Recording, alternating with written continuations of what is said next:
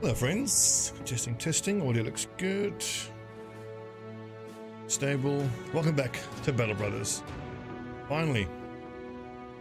Been a while, hasn't it? I think it's time to give the peasant militia one last try. So we're going to start with a roster of 12 poorly equipped peasants. Pick up to 16 men. Up to 25. Can never hire anyone that isn't a lowborn yet. That's fine.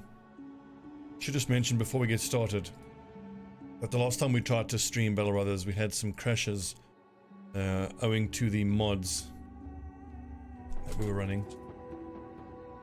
I don't want that to happen again. I mean, I did a bit of testing today. I had about an hour and a half, 2 hours of game time without any issues. The company named, we're going to call them the Uncrowned, I think. Random late game crisis. Let's not go permanent destruction. Economic veteran, combat expert, starting funds, whatever. Iron Man. I don't want to do Iron Man because I'm playing modded. We'll go unexplored. Get into it.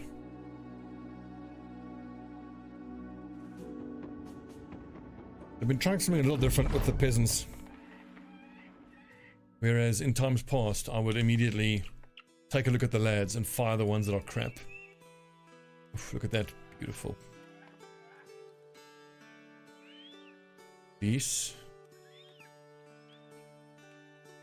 Instead, what we're going to do this time is we are going to look at the lads, assign roles to them, and then whoever dies, dies. Whoever makes it, doesn't make it. I find that when you're starting with 12 lads, it can actually allow you to do some pretty crazy things and take on some very dangerous fights. Like you can fight some raiders earlier than you normally would. You can maybe get your hands on some nice gear earlier than you otherwise would if you're willing to lose a couple of your brothers. Which we are, we don't really mind.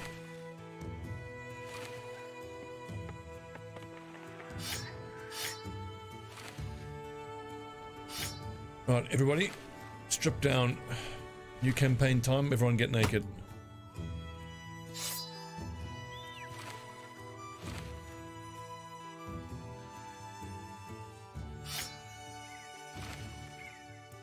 Right, what's up, Airborne? First of all, Airborne, you don't vote for kings.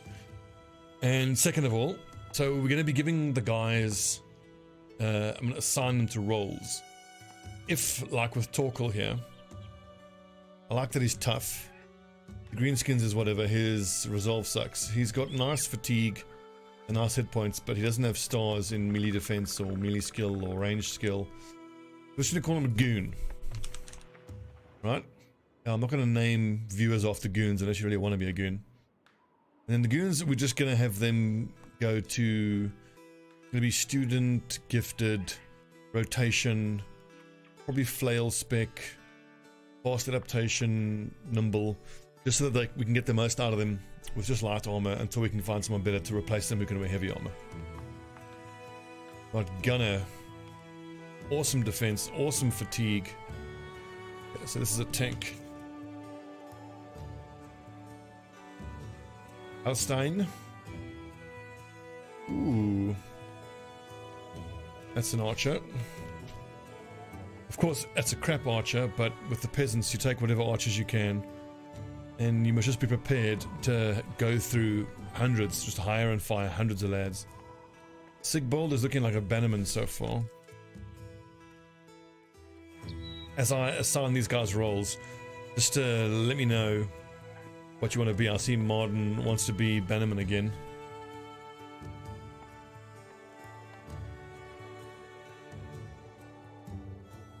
Wilhelm, he's gonna be beefy, but that's about it. I like that he's bright. 1 star, no, he's not tank worthy.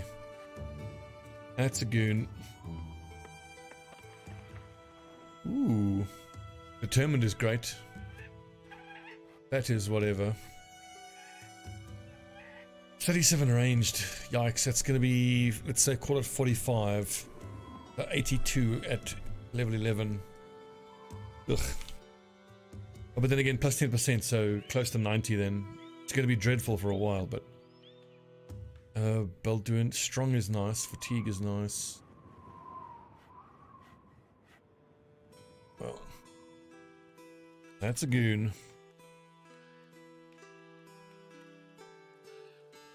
Ooh, Ejnar. I like the melee skill, but the lack of defense is bumming me out. Raging Fury wants to be an archer.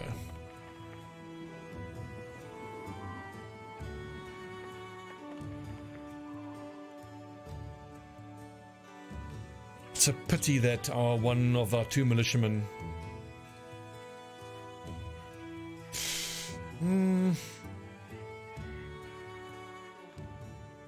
Make him a greatsword user. Although no, he doesn't quite have the fatigue for that. I think he could be a assassin.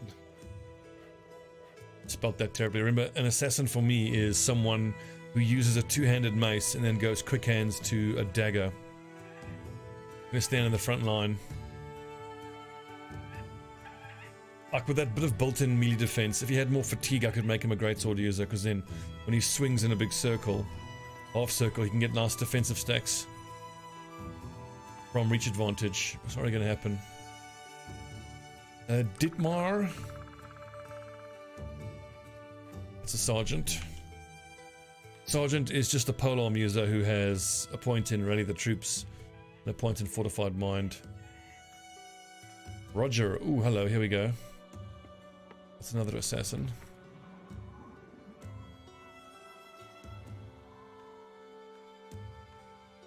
Malte, hate for greenskins, lucky. That's a goon, his stats are terrible. And Otto, also terrible, that's another goon.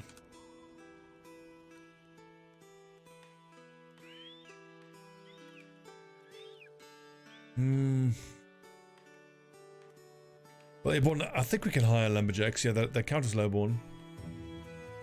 Verondox on the roster, okay, if you don't mind. Then you can be Verondox the tank.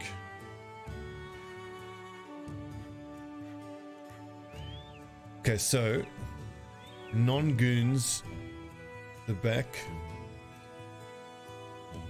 Goons on the front line to start.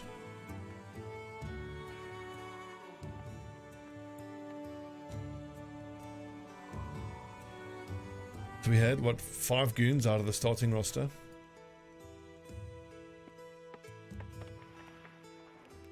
The best defense out of the goons.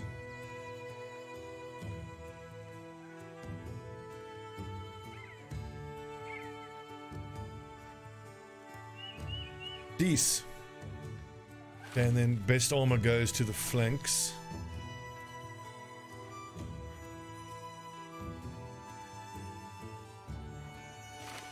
Don't really have any armor, as usual.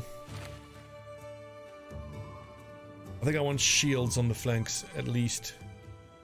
As an absolute minimum. 57 accuracy, not bad. 50. 5. 50.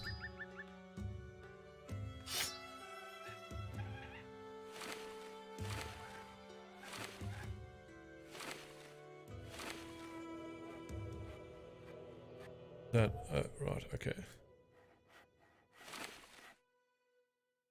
20, 20, I think 25s. Yeah, there's a 25 there.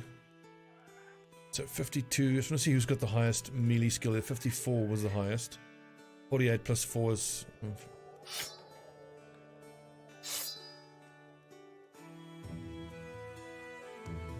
What's up, Golden King? You want to be a polearm user?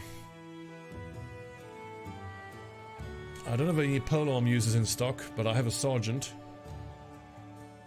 who's basically a polearm user.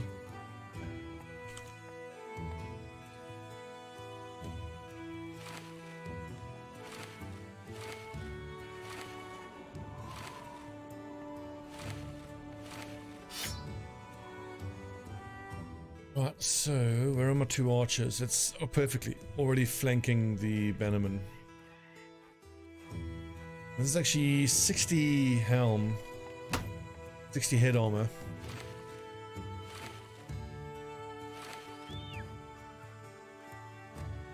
$48, $37. Ugh, crikey.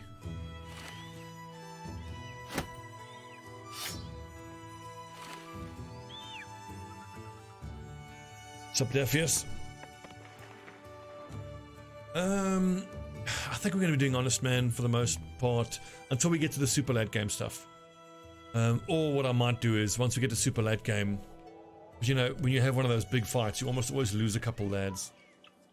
And then I just want to avoid that dreariness of having to... Oh, that's cheap, we can make a profit off of that. I want to avoid that dreariness, excuse me, of having to ground for hundreds of hours getting replacements. What do we have here? Ruined Herbalist Grove. Yeah, that's doable. That should be just a bunch of thugs that we have to fight. And does everybody have a weapon? We've got a net that we can throw here. We've got a stick there. I was hoping that I might be able to...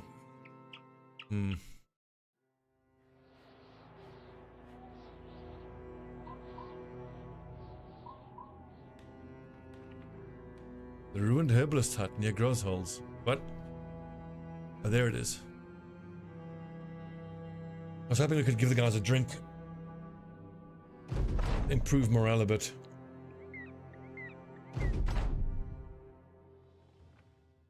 Okay, so it's given us 2 poachers and 3 raiders, so that's the end of the campaign there. Okay, GG, we have to restart. No, they're not going to run at us, so we're going to have to run at them. They're all running at us. Okay, cool. We're going to lose a lot of lads here. But even if I get nothing other than a boar spear out of this, it's actually worth it.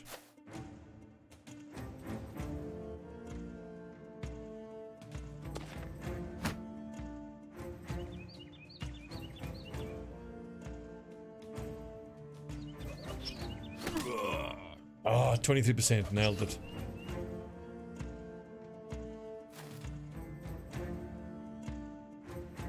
Going there without a shield is fucking terrifying, but oh well.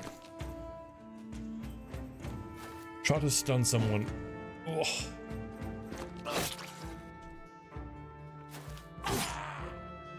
Obviously kill the thugs first.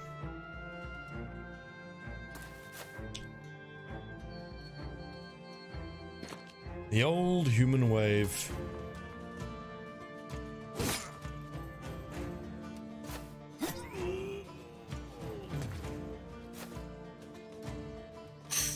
A lot of lads are going to die. Oh god.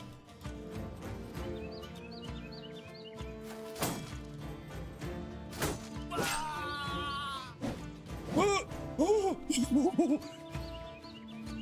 265s and they both missed.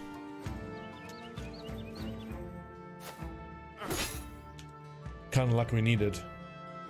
Right, loot boy.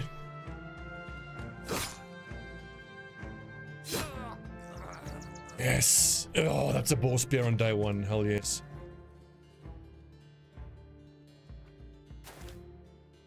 Distinct lack of shields though.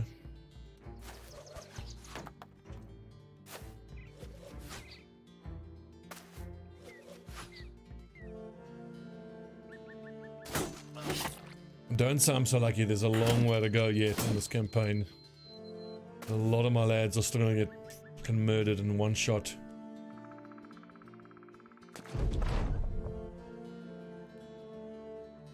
Baldoon is a goon, isn't he? Yeah, so his life is worth not a whole lot. I can get in there.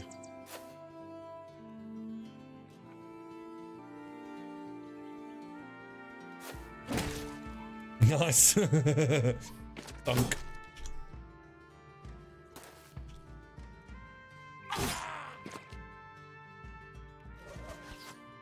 Come on, kill him. Now we are destroying their armor, which is a pity, but we just need to be getting through this fight at all.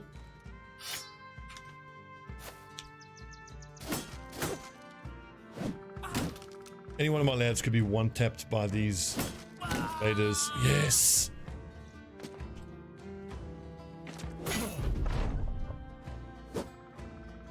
Any of the armor would be an outright bonus. Just those couple of weapons that we got is bloody great. I can punch him.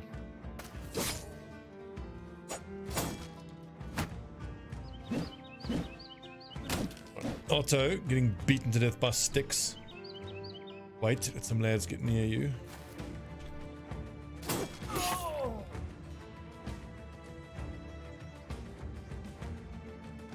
What's up, Bob?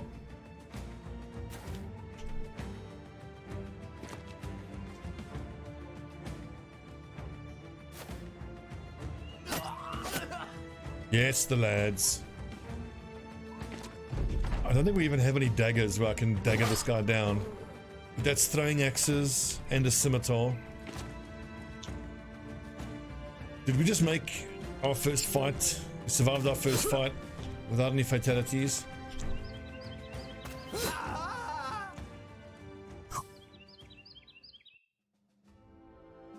That's amazing. 2 nasal helmets, throwing axes, boar spear, falchion, 3 wooden shields.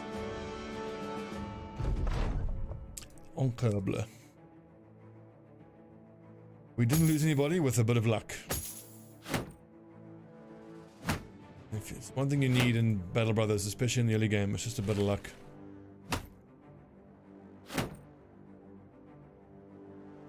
These weapons, beautiful. 350. Oh, and the boar spear, hell yes.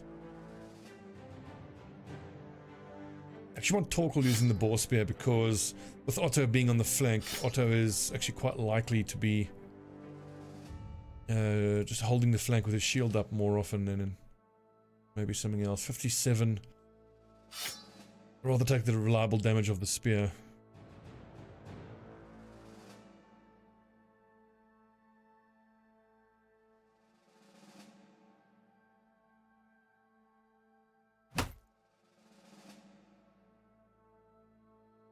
Edgenor, the assassin.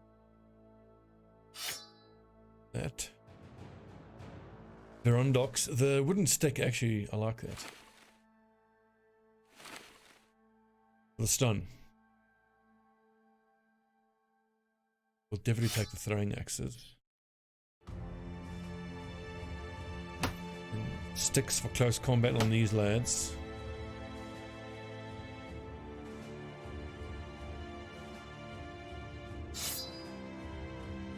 I think I might sell that skirmish axe. I typically sell them.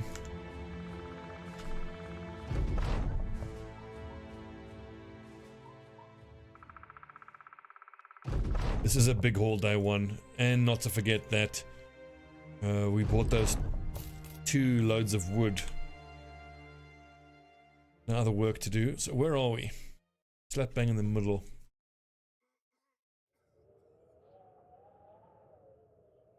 So we started off with a bit of luck. I hope you all enjoyed the luck, because that's all we're going to get this campaign, I'm sure. Okay, so get 2,000 gold, lots of crowns, buy and sell 25 items, that's take too long. Enter and 5 fights, no. Complete 8 contracts of any kind.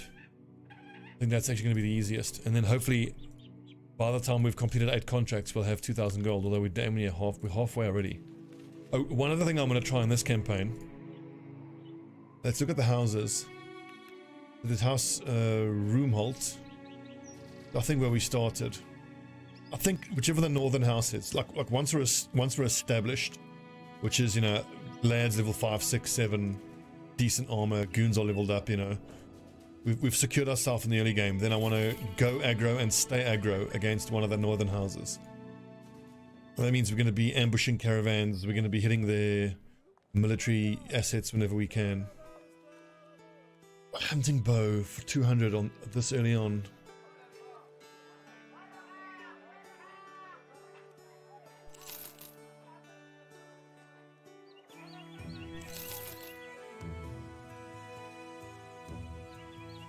What you got for me?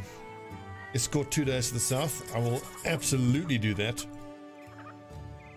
And the main reason we take the caravan escort is because it saves us food. And this early on, you just don't care if you fail a mission or two. With a bit of luck, you can actually get through this successfully and get, you know, a couple days of free food and 550 crowns.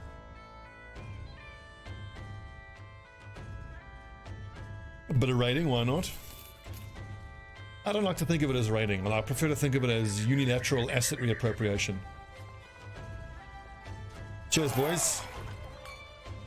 You've earned it.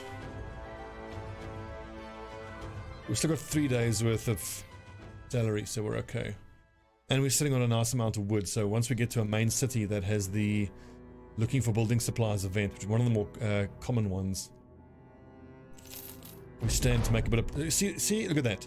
I never used to take escort missions in the beginning, because I mean, like, you'll do it once, you'll get ambushed by, you know, like 100 goblins on day one, and then you'll decide to never do it again. But you're gonna run away.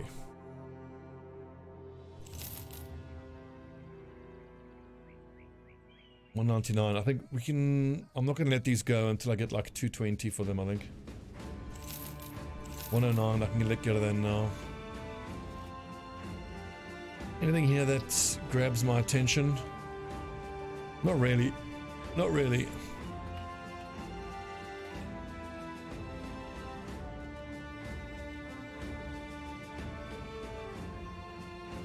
Let's keep grinding, honestly.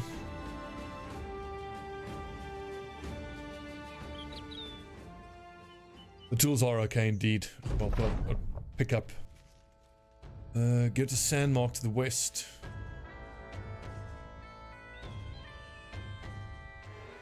Ah, Battle Brothers. My old friend. Can I be honest with you guys? I really don't like this Southern City-States DLC. All of the enemies are just fucking irritating at all points of the game. I mean, it added a lot of nice flavor, but like mechanically it did not make the game any better. I probably could take them, but I've got a bunch of level 1 noobs. They would make us bleed. It would hurt. 221, I'll offload there. They don't get dodge till day 30. I didn't know that. Okay. That's pretty good, but let's save our money.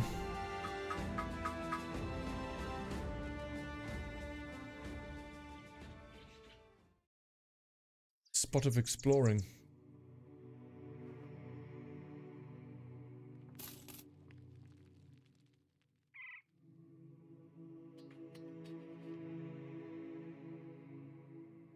Be nice. Fetch the thing, bring back, drive off brigands. That could be doable. Secure tilted grave markers. This could be undead. I think I prefer this fight. Do we dare take another pint? Do that. This one pays way better. What's up, Jodis? Oh, it's miles away. And it's going to be stony ground.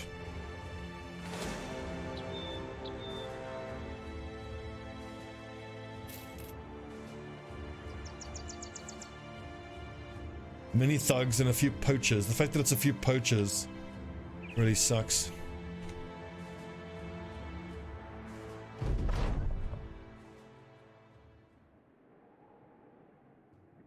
V9. We are going to have to retreat and re-roll the map. Unless they just have slings. If they have slings, it's not too bad. But if they have bows, it's going to really hurt. One bow.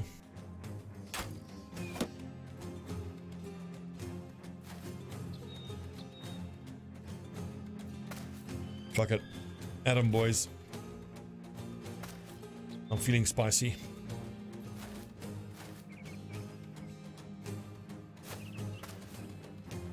Charging up height disadvantage, what could possibly go wrong?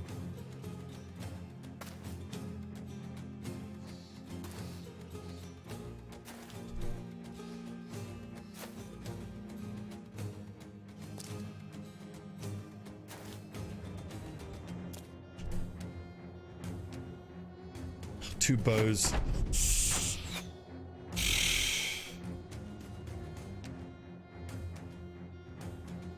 And let's have Torkel and Otto.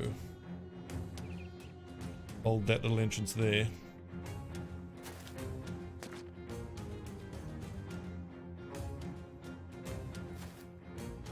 I hate having to spend my ability points or action points on moving rather than fighting, giving them a whole round of free attacks.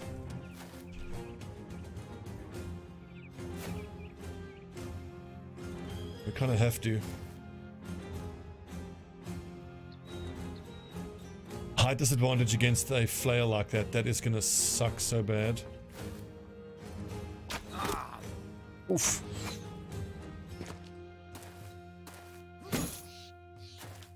God, quad surrounded. That's a rip on Otto.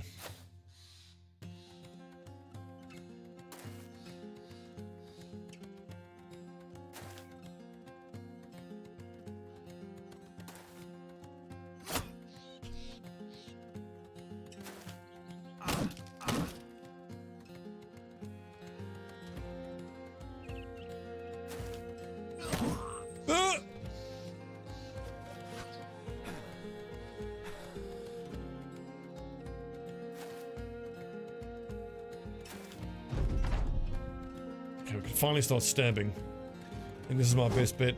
Oh, 7. Cool, 1 down, 8 to go.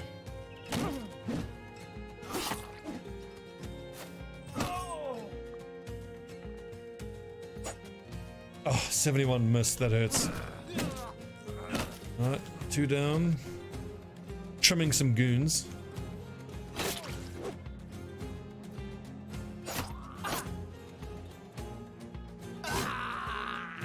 All to be expected. Should have thrown those axes.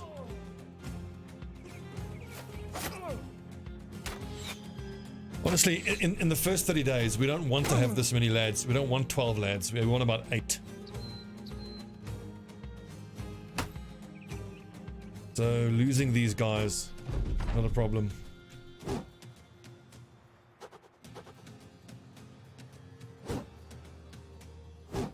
Oh, boys. The second 71 in a row that missed. That sucks.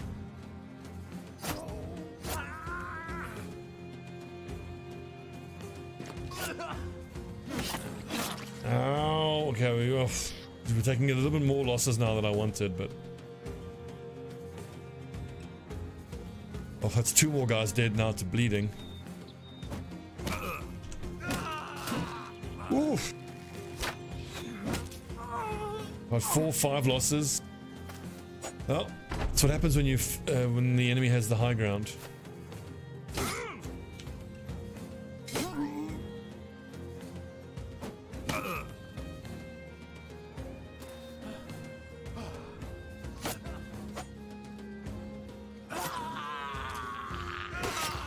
Oh, gruesome.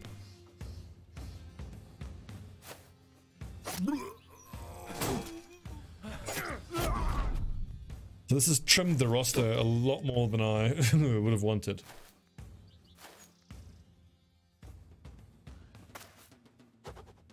Oh.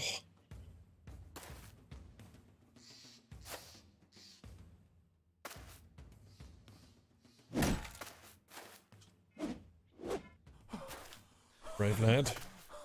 Oh, come on. See, he's breaking. That's why it's only 50% chance. That's... Well, so, Cassiano, you know that I love my shield breakers. But one thing that I'm considering doing now for this playthrough is essentially replacing the shield breakers all with polearm users. The idea being that the polearm users don't get to, you know, break shields and empower the other guys. But the polearm users get like +5 or +10% chance to hit. So I'm hoping that the extra hit chance from the polearms will offset the fact that the enemies are going to have shields a lot. Gee, so 1, 2, 3, 4, 5. Basically 5 lads. Well, as long as it's mostly goons.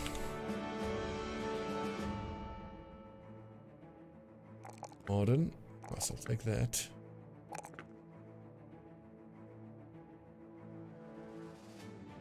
Assassin lad. Oh yeah, +4 on melee skill and defense. That's super promising. His resolve sucks.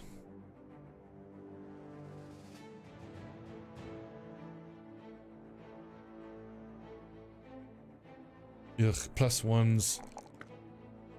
Yeah, fucking break game.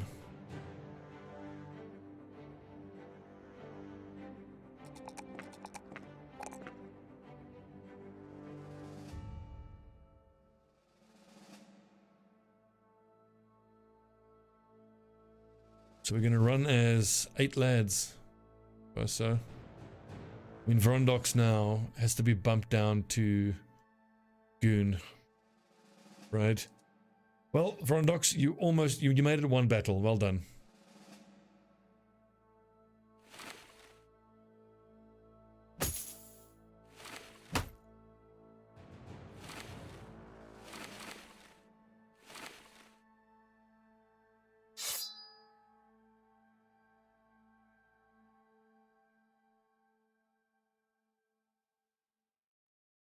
Ooh, we got both bows as well. That's wonderful news.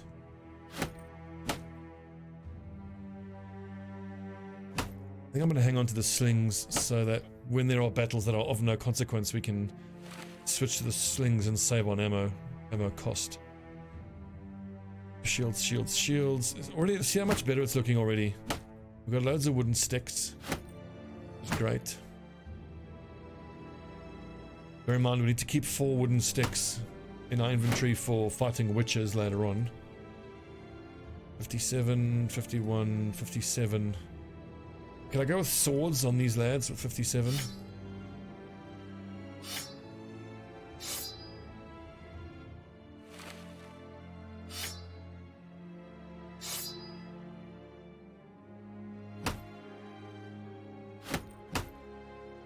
Then we're going to roll with sticks and butter knives and other daggers.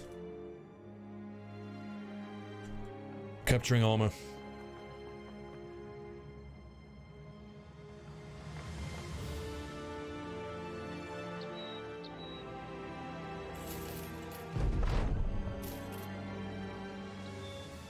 Okay, give me a nice delivery mission. A 2 skull, we can't go straight into another fight right now. Now I'm wishing I had taken the ambition to get the banner.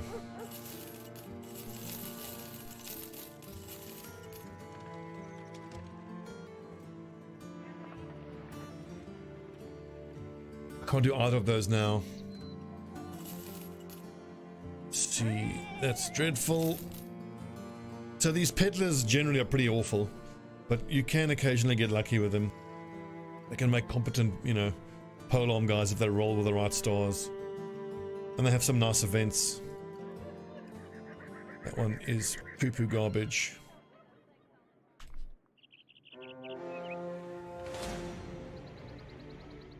Oh, a few raiders, I really want that. So the wounded lads are on the back line. Let's get them. Raiders, give me your armor. What's up, Steveling? Yeah, we're done with Twitch. For a variety of reasons. You see these lads who don't wear helmets. That's why the goons are going to be flail specialists. So we can be raider farmers. Hell, even once you get to the Civil War, you even find soldiers that don't wear helmets.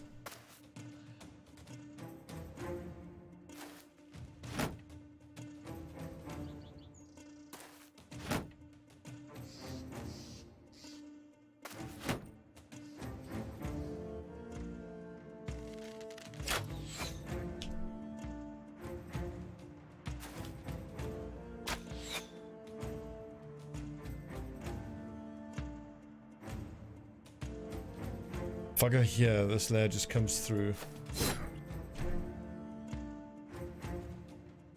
This puts Roger potentially in range of that raider, but then that raider would have to triple surround himself.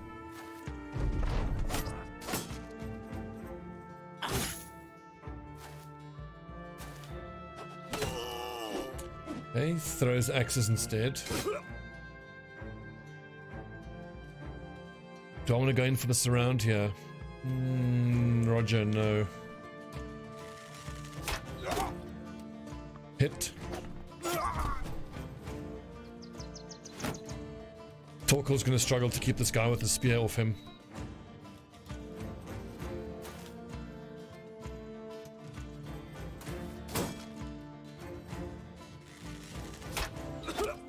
Nice. Woo. Come on, give me a headshot. Damn.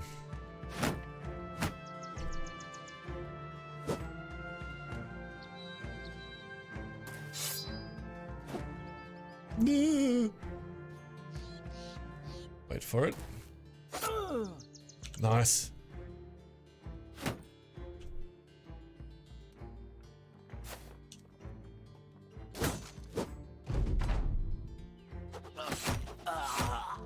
Yes. So for the archers, we love throwing weapons in the beginning, especially the javelin. Remember, the javelin is essentially the ranged equivalent of the spear for melee weapons.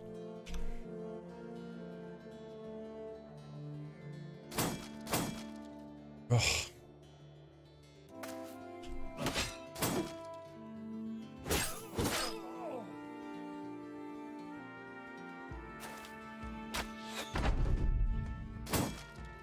On.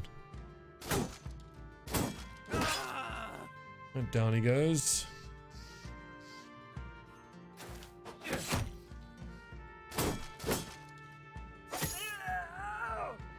Awesome, more throwing weapons.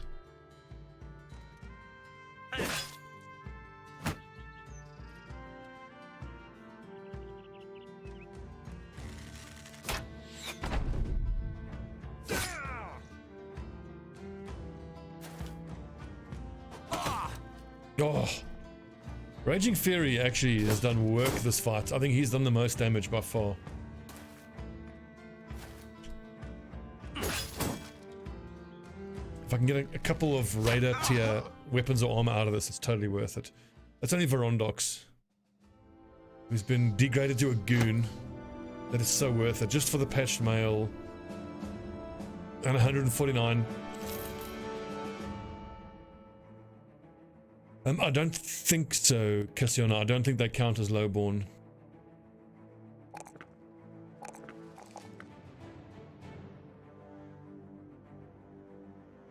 All three on the front here, they're all goons, aren't they? Indeed.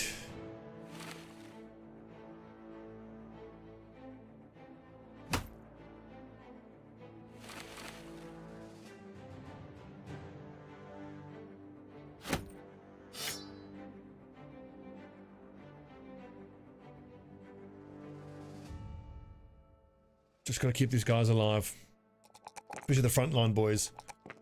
Once they hit level, I think it's 4 or 5. Once they have student, gifted, and rotation, then it gets a lot easier keeping them alive. Obviously, rotation is the single most important perk. It's our motto: rotation saves lives.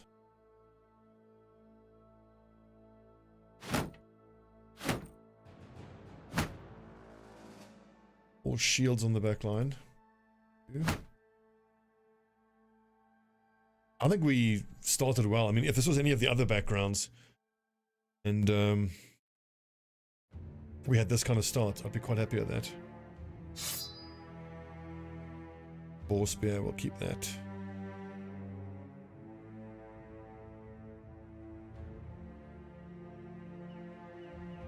I think we just retire Verondox. He's already got a couple of bad wounds.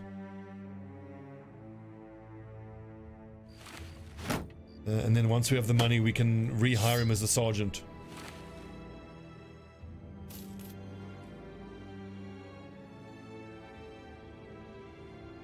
Indeed, Raging, we do. But luckily, though, those are the easiest to get our hands on.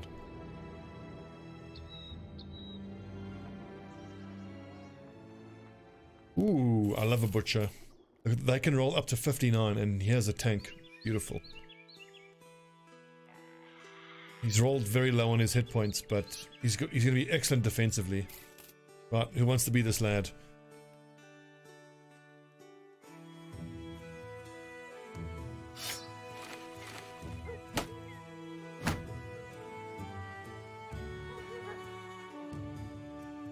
So goon, assassin. This lad's available. This archer's available. And Roderick's available.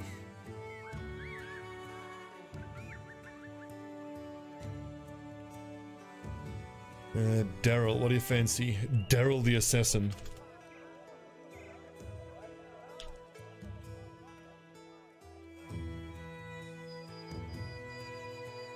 Archer. Judas. You're gonna be the archer, Judas.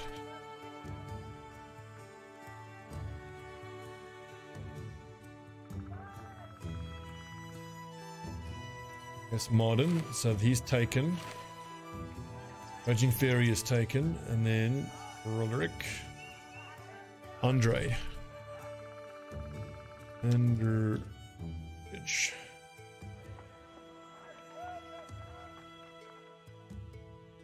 Oh, it's Danny. Oh, right, mate.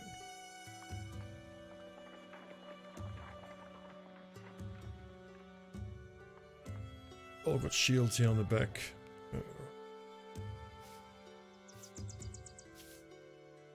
Undead fight. Can't be too cowardly. We've got to do these. That's actually a tempting purchase. 400 gold for a spetum. And it counts as spear as well.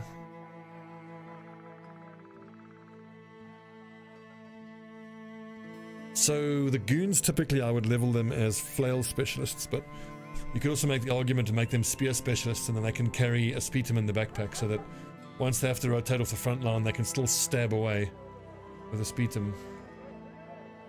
But I feel like the usefulness of the flail in securing weapons and armor in the early game is useful.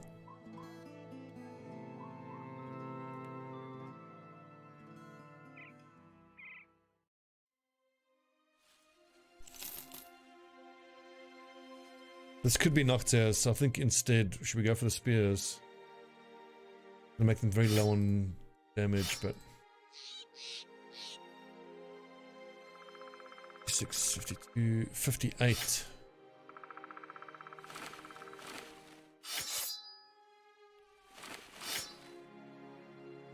'58 at level 1. Lovely. Pessimist.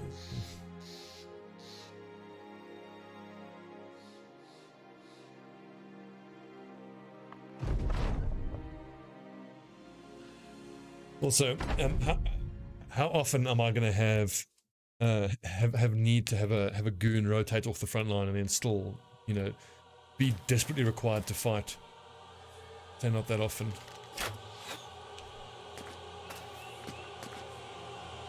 And of course, spears have all those problems of low damage. Hold the line, lads. Let them come.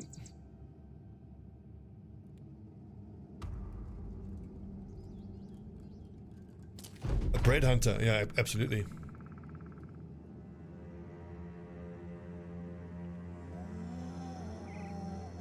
So in the past, I wouldn't actually take headhunter on my flail specialists because you can just use reap to what's it called, thresh, sorry, to guarantee the headshot hit. But I suppose if you take headhunter, then headhunter is just saving you some fatigue, because then instead of having to use 25 fatigue twice, you use it on the first attack. Then if it hits, the second attack is a free headshot if it hits.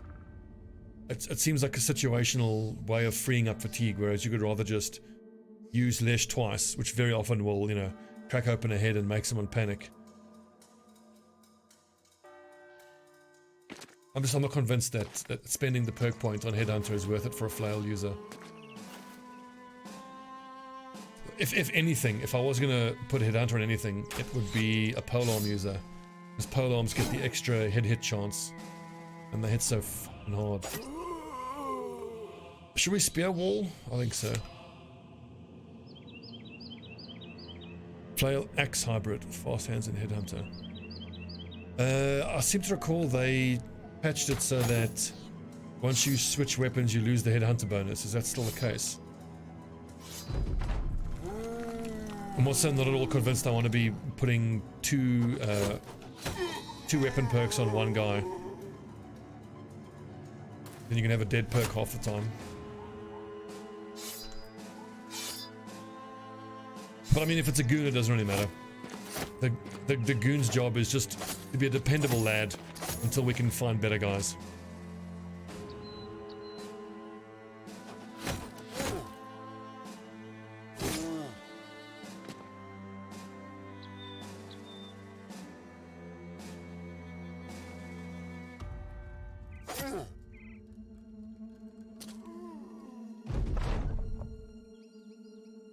Old. 73, that's nice and accurate.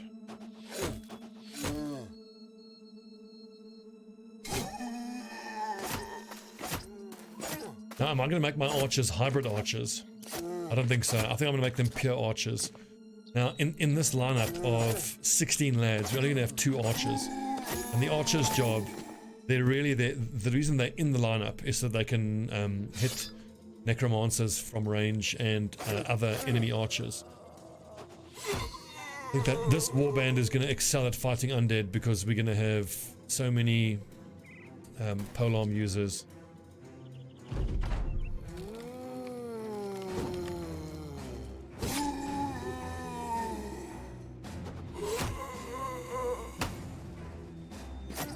What's up, John?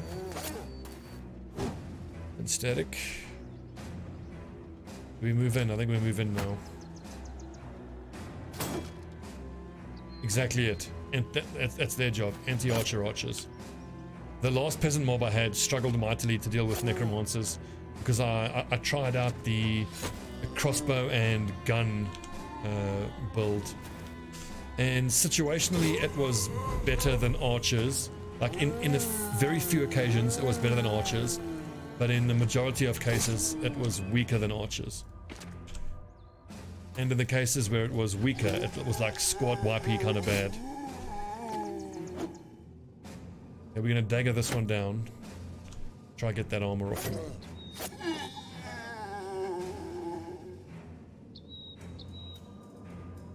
Moving with a lean over the intervening hex attack. Aesthetic, that's just, so some of the weapons have a 2-tile attack. So, like a long weapon, like a polearm or a Dane axe. Or a great mace. No, sorry, not a great mace, a long mace. Can attack over 2 tiles. See? These little white squares here, that indicates its attack range. Or are you talking about the lunge attack from the fencing sword? Where if this guy had a fencing sword and that's his opponent, he can lunge forward and attack like that.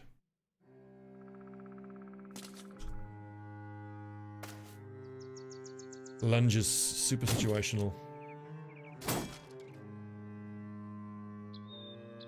Talk will save your fatigue until you've got the extra surround bonus. We really only have 1 butter knife. God, this is going to take forever. We keep trying to stun that one.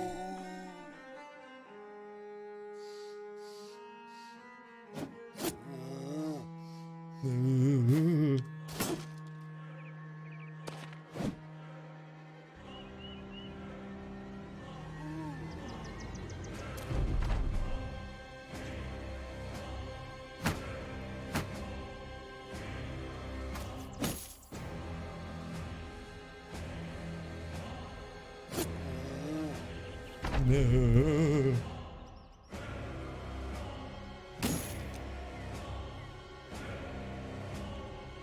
We should actually buy some butter knives if we can get our hands on a few. This is gonna take forever now. We'll just fuck it, just beat it to death. I ain't got time for this bullshit.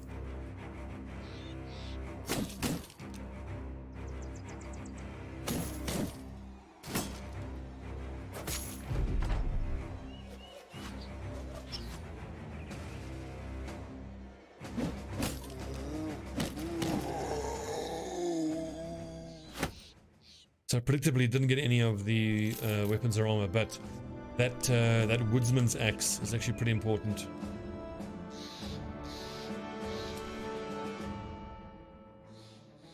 I'm gonna hang on to the hand axes.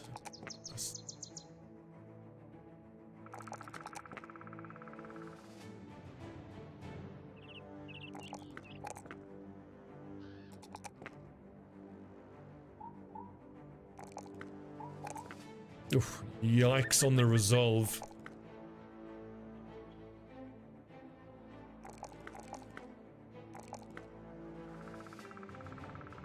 I want to get their resolve up to about 50 minimum. It's gifted in my assassin build order. Here's my build document. Stobbie builds, scored version 4. Okay, tanky lad, shield breaker, raider. Cheers. Suppose it's a raider, it's a student. Don't know about recover at level 3. These are all messed up. Rotation.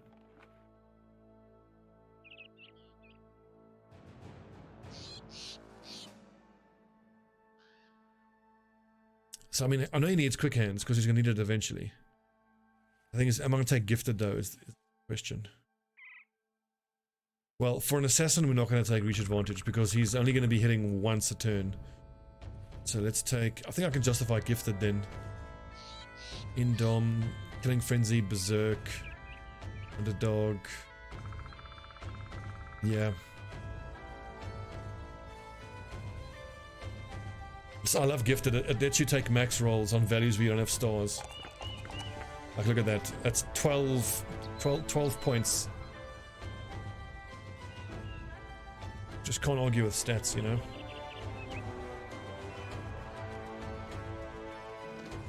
What's up, Augustin?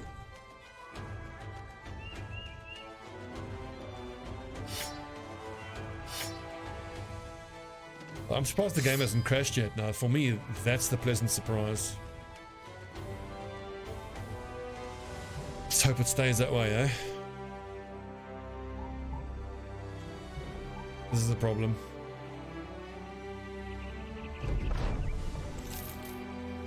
Not dodgy, no. I really don't believe in dodgy builds for the front line. It can work, but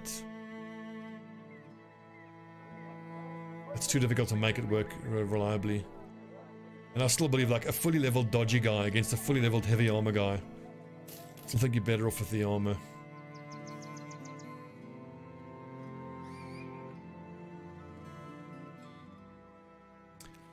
I am taking names from viewers. Let's see if anyone's available. Taken, taken, taken, and taken. There are goons available. If you really want to be a goon, then that's fine.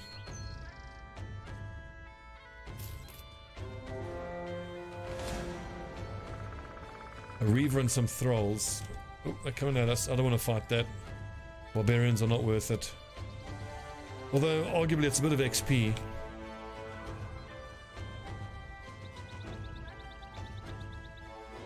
Fine, we'll take him. So dodge is better for ranged, I would agree, but the thing is, like, I mean, my ranged guys are going to be in battles where there are enemy archers, and I find that when a ranged lad has 20 range defense and nimble, then you just don't need dodge. And my archers tend to exhaust themselves quite quickly as well.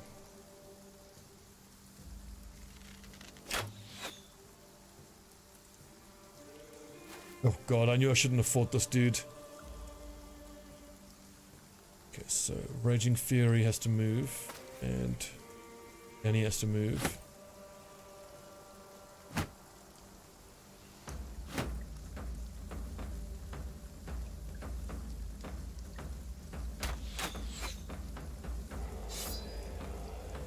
Oh, but these javelins now are probably going to one-tap someone. Ow.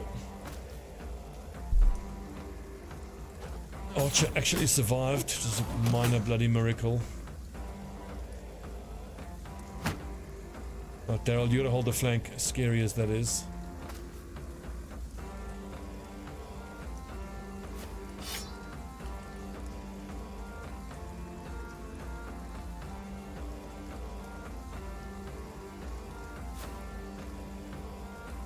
He's only got, I think he's got not too many of those javelins left. Nice one.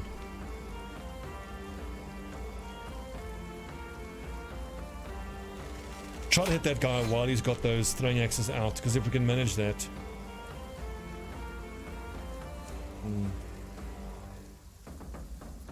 Right, Baldwin, you're a brave lad. Get in there.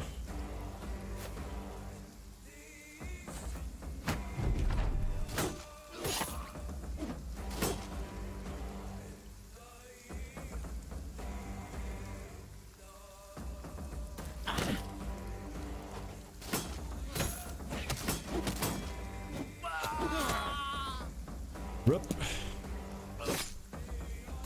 Dangerous business. Mercenary life.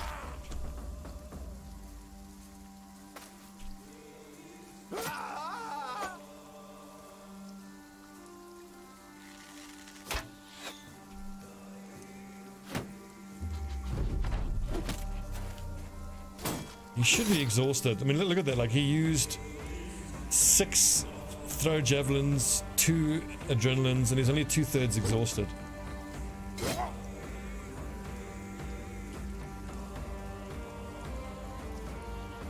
Get up there, Danny. Grab the high ground.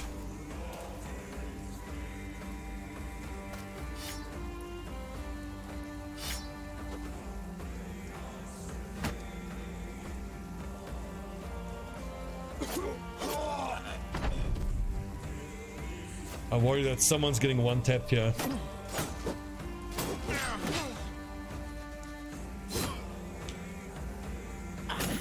Oh, clutch. Danny.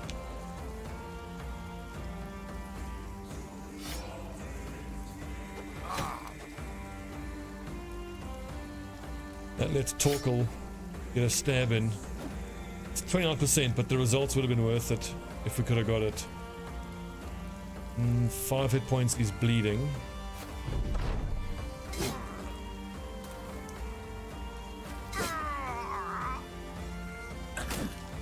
Double clutch, MVP Danny. Oh. Right, Torkel.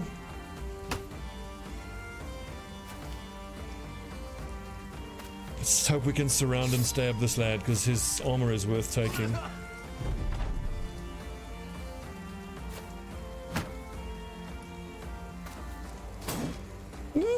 God, that is so scary. Nice. I think his armor is 90 armor. It's a 2-handed hammer, which we're not going to be using. But it should fetch a decent price.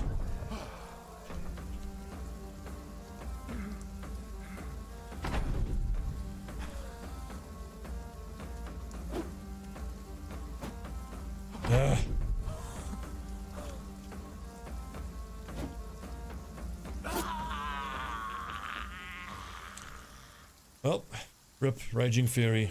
We hardly knew ye. Up, Zenvan.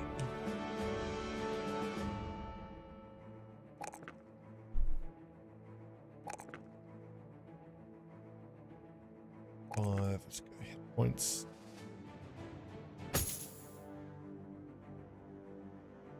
Sweet, we got the 2-handed skull hammer, that's nice. No, it's not Iron Man, no. We're gonna play Honest Man. So, you know, I'm accepting deaths. But it's not Iron Man because I am running a modded campaign, so that's always risky.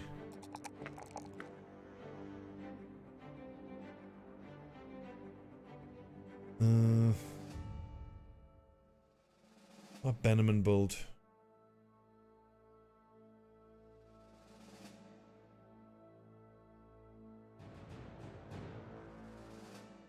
I don't actually have it on this. I wonder if I can justify gifted on my Bannerman. I mean, he's not going to be hugely offensively minded. And yeah, I think I have to take gifted on pretty much all of my guys. That's so good. And also because these lads, these peasants, are pretty dreadful when it comes to stats. 70 hit points, good. That's enough hit points there for Jurdis, although effectively 60.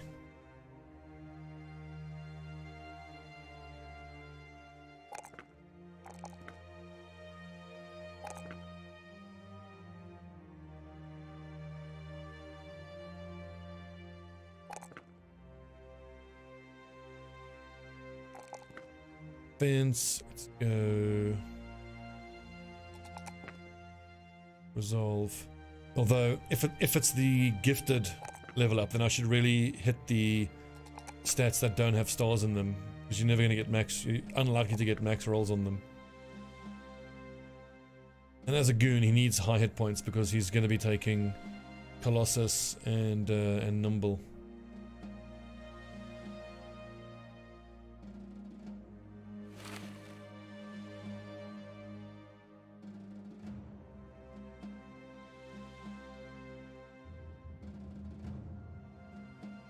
Need to hire a new lad. Right, Zucker.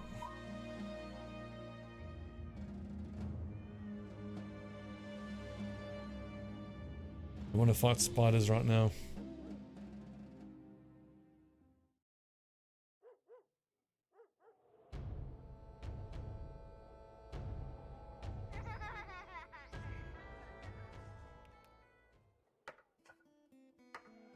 $320.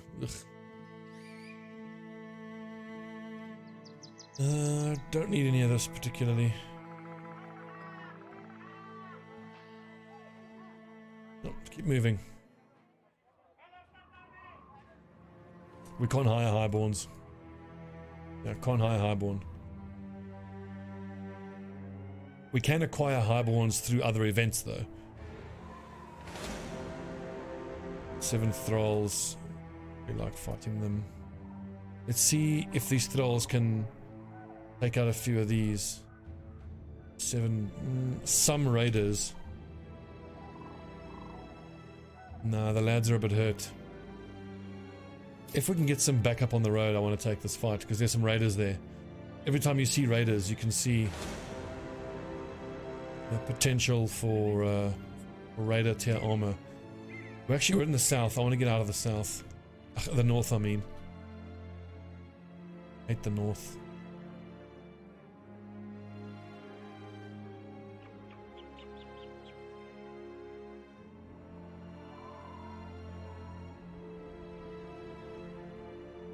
Are these two just looking at each other? Well, yeah. I probably should have taken that fight, but some of my lads on the front are really badly hurt. Damn, unlucky. Give me some tools. That's a good price for tools. Love it.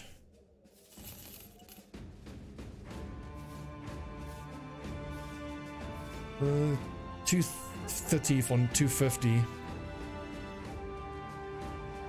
Ooh, a Houndsmaster. Decent. Melee damage, less defense.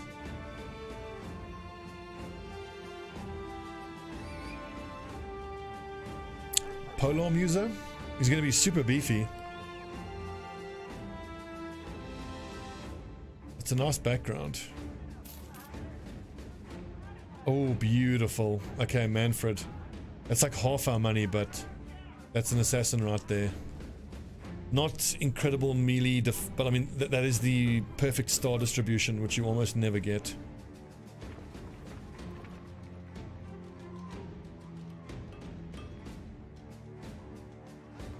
Is there not another two-handed weapon for him? No?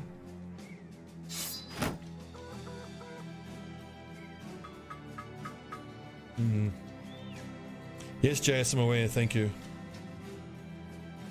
Not everyone has to play Legends mod.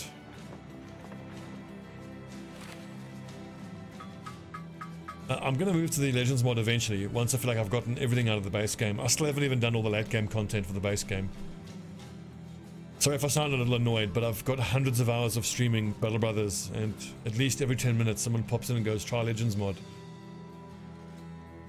Sick of hearing it.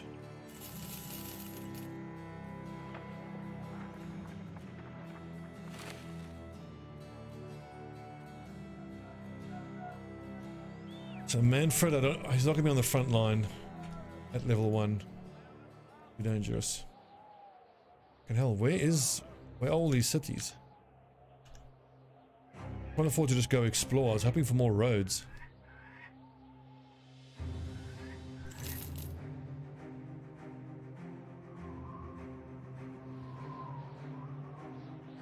400 hours. This is embarrassing. I've got like 2,000 hours in the base game and still haven't done all the late game content. I'm so bad. Should we go fight some spiders? It's risky this early on. I mean, I do have the spears though. But I mean, if this is the kind of fight where it ambushes you and jumbles up your lines, then that's a recipe for dead lads.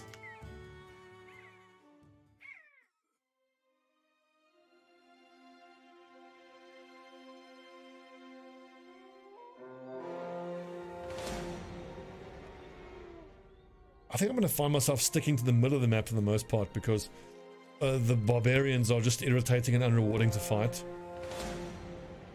And the southern enemies are all irritating and unrewarding to fight. We could maybe do this fight. It's a couple poachers, a couple raiders. If this goes badly, it can go really badly. I've got 3 level 3s, 4, 5... 5 level 3s. I think considering the gear that these lads could bring to the table, it should be worth it.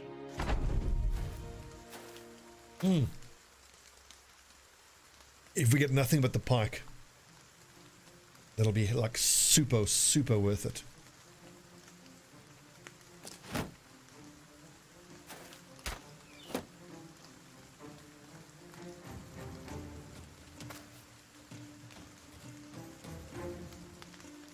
I'm expecting this raider to want to throw some throwing weapons. Do all of these buggers always have throwing weapons? I think they might. Okay, 48% hit and give me a headshot too. Okay, hit, but no headshot. Take it.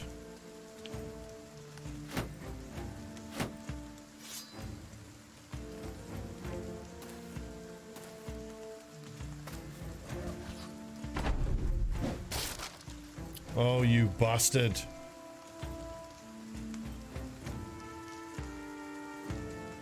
Have you located the black monolith? I mean, I've tried the black monolith twice and gotten just rolled both times. But I think it's fair to say you need like a pretty much a custom made squad that's made exactly for taking on the black monolith. It's just such a brutal fight. And the Kraken, for the most part, is just irritating. But we're going to try a couple different things this campaign with the Kraken. Oh, thank you, Jodas. That's what I wanted. I'm very happy to see these guys using fatigue, putting out a shield wall. Hold the line, lads.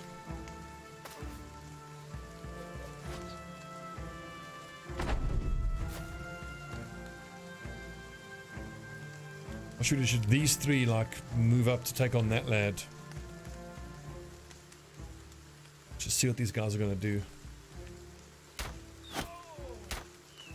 So the problem is this archer has unlimited ammo. So what is my archer's chance to hit their archer? Probably going to be very super low. But once these guys run out of fatigue, they might come forward. What are these hit chances? 17, 15.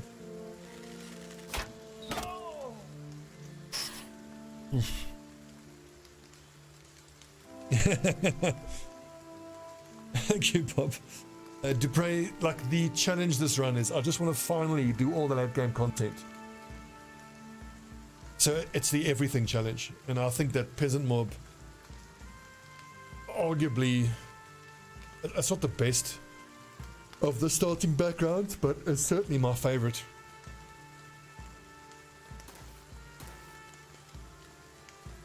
And I just really enjoy being able to bring so many bodies into the field.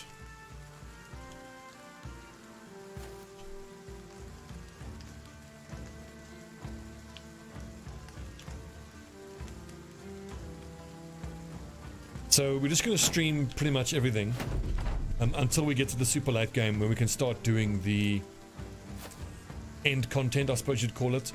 So, you know, which would be what? The Librarian, the Kraken, the Black Monolith, the Witch's Hut, What am I missing? The big monster hunt. But I mean, I'll do those. If I get through them, I'll lose however many men, and then I'll just grind offline. In between streaming and grinding offline, because it takes hundreds of hours to grind guys back up again. Replace the losses to be able to take on the next late game content.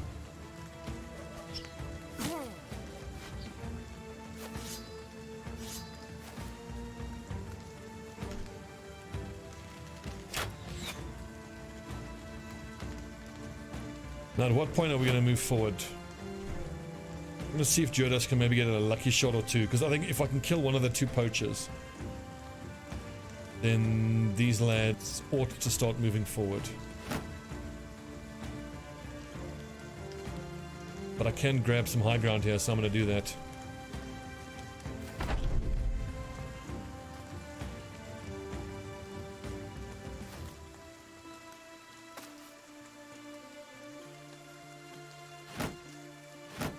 Isn't that phase, this delicate ballet of positioning? 14%. It's not going to work, is it? Am I still dazed?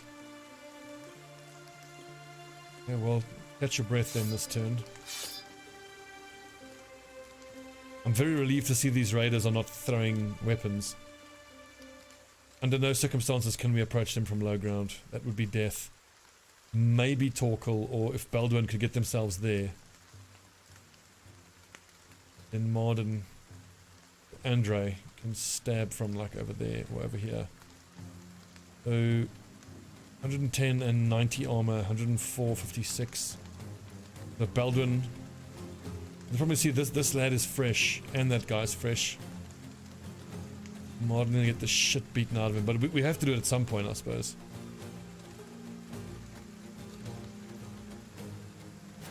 Alright, go for it. What is super scary is the fact that I don't have rotation. Fuck, I was certain I could have got up there. Messed that up. And I didn't see him with his spear out. Fail. And now Andre's dead.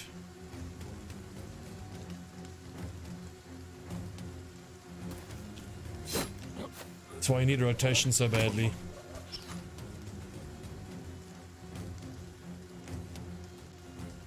He's still in spear wall, good god. I'll not have to back off here or run around the back. Let's try that.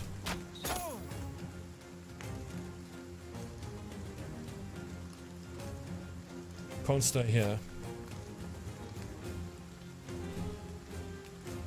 47.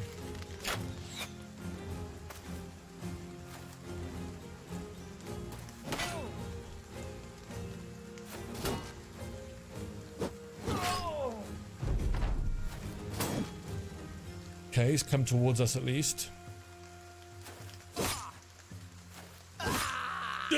Yep, that's what a raider will do. A raider with a pike at this point is a one tap. He better not get away. We're going to pay dearly for this if we can even win the fight.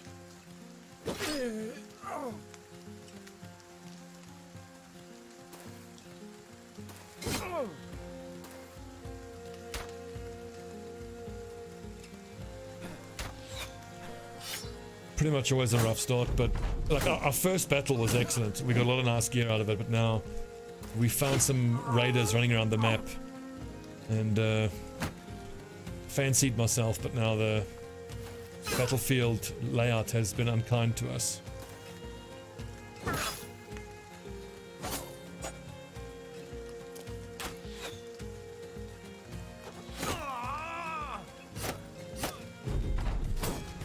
Oof.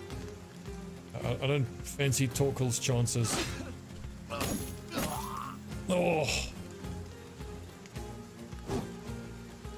Need you to hit that, Daryl.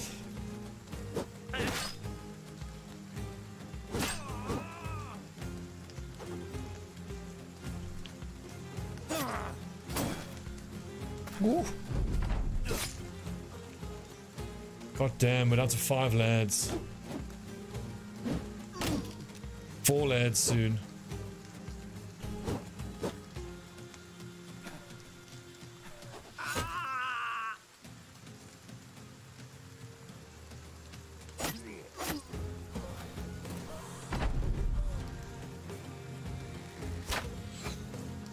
Please, no more death. Jesus, I'm down to 4 guys. I bet you I'm not even going to get this bloody pike.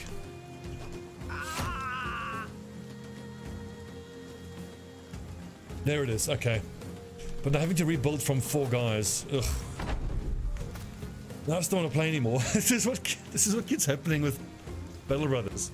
I'll play until a fight goes badly and then I'm just like, oh god. Can't be asked.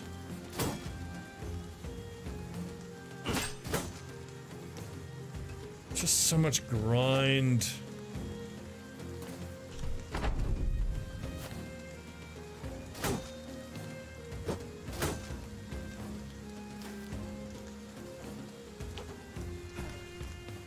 That's depressing because now this is the most views we've ever had, but I'm playing Battle Brothers, but I'm just like,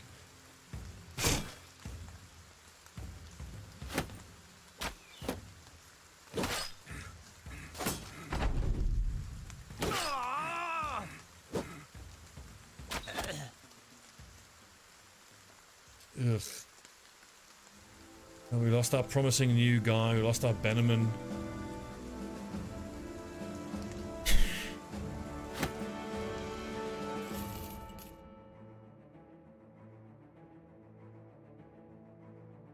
Fuck.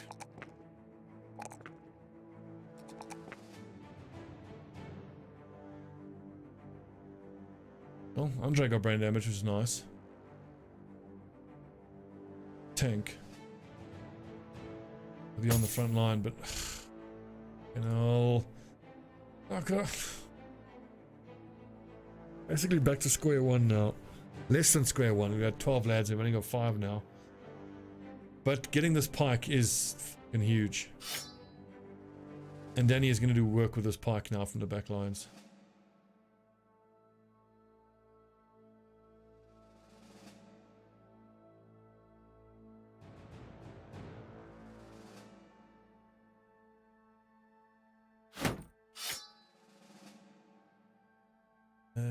Boar spear, maybe.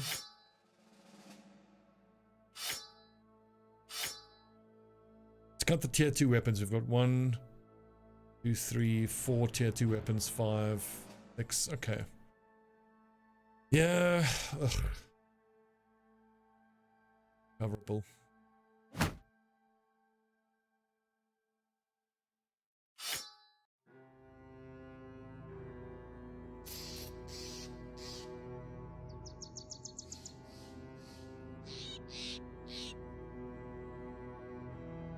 Yeah, wages will be low. What really sucks is that lad we lost was the guy we spent like 600 gold on. Give me a nice delivery mission, thank you. A day to the north, I'll take that. A brawler, we'll just hire on site. Not even trying him, he just has to be a whatever. Well, there's our replacement bannerman.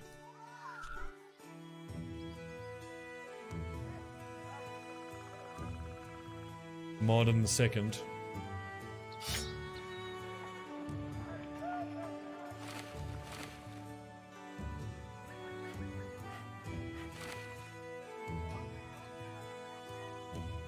Six lads.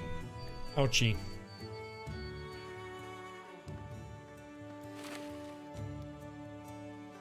Where's all the cocking butter knives? Oh, there they are.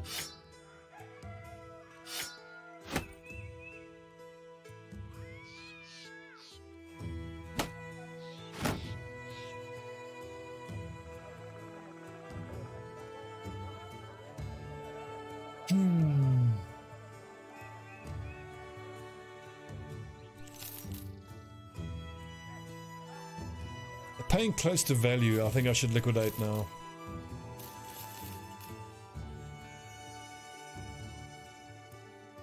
We'll keep the Morningstar as a value representer.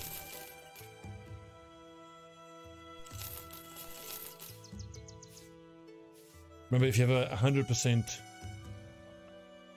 well, I seem to recall a 100% repaired Morning Star. If they offer you below 100 gold, that's below market value. If it's above 100, they're paying above market value, or something like that. Can't even remember anymore.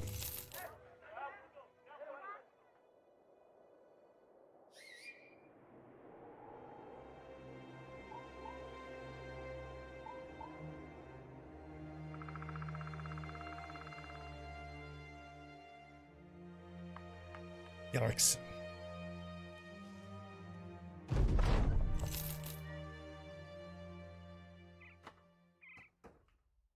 Not fighting webnecks.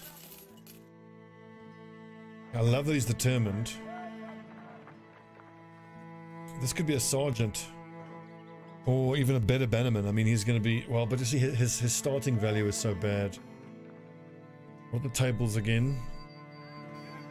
So, resolve with 3 stars will be 4 to 5 every level up. I call it 45, so 76 plus a quarter of that. That's, no, it's dreadful. See, this is a trap. Those 3 stars in resolve is a trap. He could have rolled 45. He rolled damn near minimum resolve. 56 with 1 star is 2 to 3, so call it 25. 70, 83. Plus determined gets him up to 90. Melee defense with 2 stars is 3, so call it 30. So 33. He's got 41 hit points. I mean, I might just hire him as an archer because ranged skill regular is 2 to 4, so call it 30, so 79, it's almost 80. No, it's dreadful. The combination of the stars being in the wrong place and fragile means I'm not gonna buy him.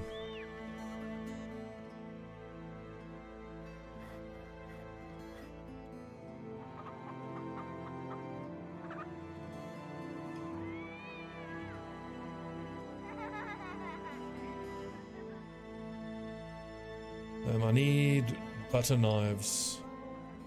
None to be had.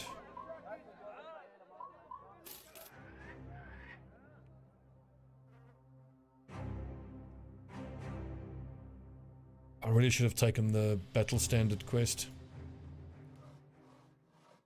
Of brigands. A 2-star brigand fight. At this point now, we are approaching the critical mass make or break campaign failure state. Like if this fight goes poorly, then it's a restart.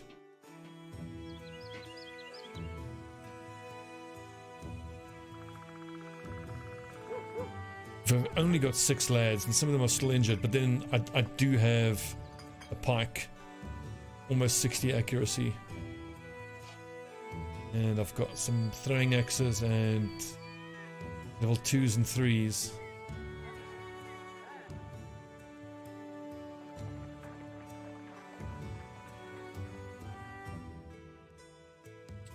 Fuck it. Go big or go home.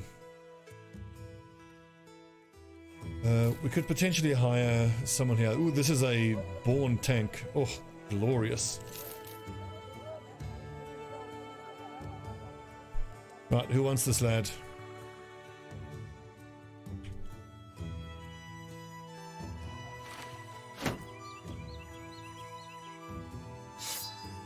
Just pitchfork from the back line or move forward and break a shield. Let's give him both options. Dan Van.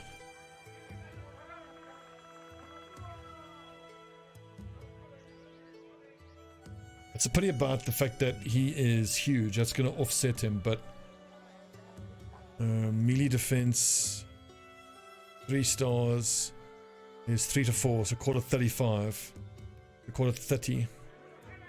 But with a shield is plus 25 is 55, plus 25 of 30 is call it 7, so 60, 70 odd melee defense he should get up to.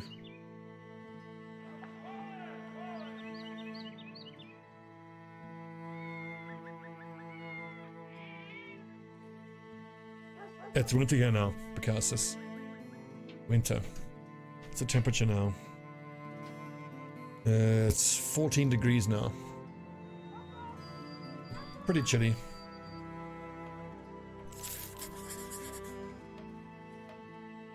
There's no nets.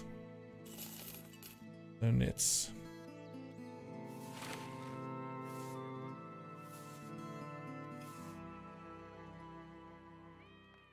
Right, make a break time. Here we go.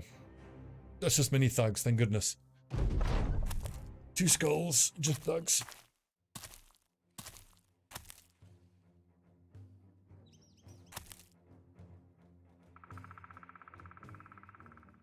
Hold the line. Hold.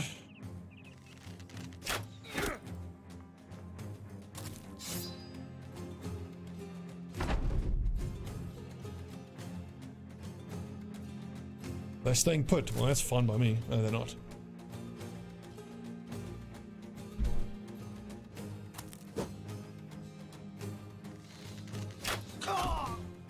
Yes. All right, Richard.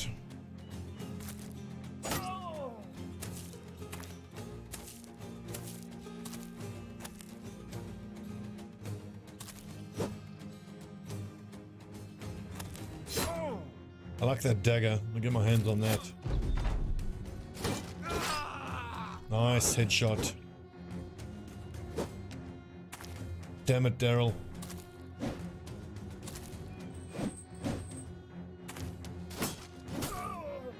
Okay, so this lad has chosen death.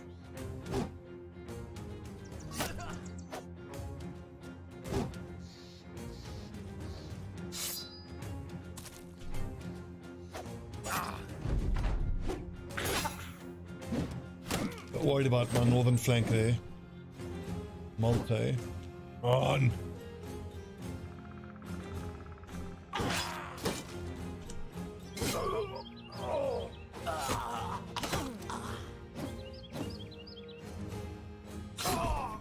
There we go. There's that one tap potential from the pike we wanted to see.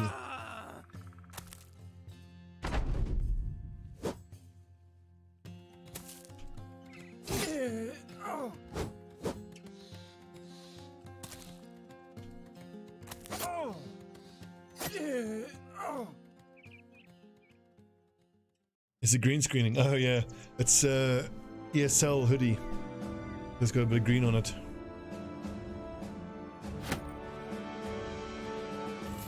Nice. Awesome. I think the game feels sorry for you when you have so many people dying so quickly. It's like, oh, we'll give him a lad. Arnold the Eager, more like Arnold the Goon. I mean, like, decent base stats, but his star distribution is all over the place.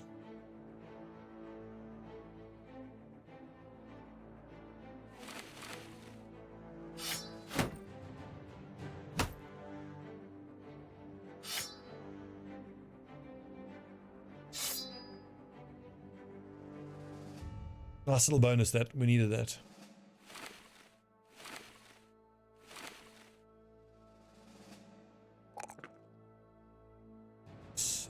So our first level 4 lad. I don't think I want to go for shield specialist just yet. He gets +2 though. That.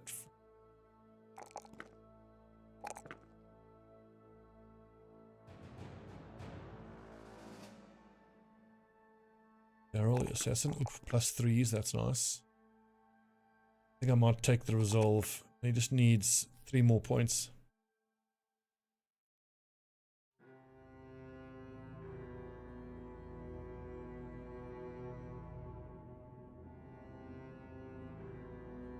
Welcome, red shirt guy. Righto. Red shirt. I think I might have you just act as a shield breaker with a hand axe. Question mark.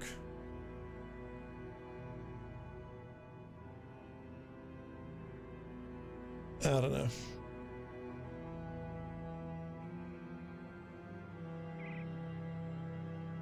Well, Richard, there's a long list already. 1, 2, 3, 4, 5, 6, 7, 8. In 14 days. It's like almost a lad a day.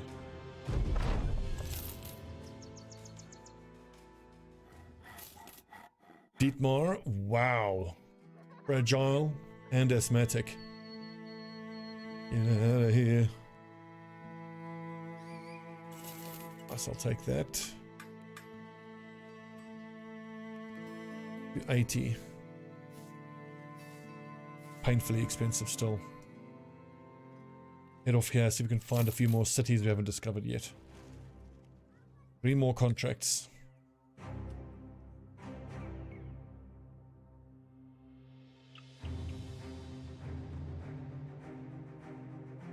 And so you see, eventually we're going to be hitting supply caravans from the northern house.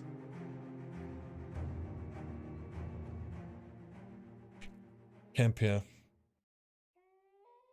Let's see what kind of tools we can get here. Blast furnace. 220. That is super tempting. See, once I get that crossbow, then I hope that I can start one-tapping dudes with my ranged guy. 390 on like a mail shirt. It is doable, but I think I'm better off saving my money. In 3 more jobs time, we can take the next ambition, which can always be the banner ambition.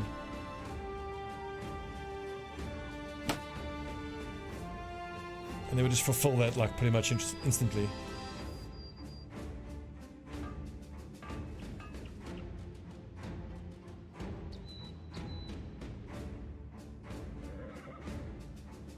Are we still hiring?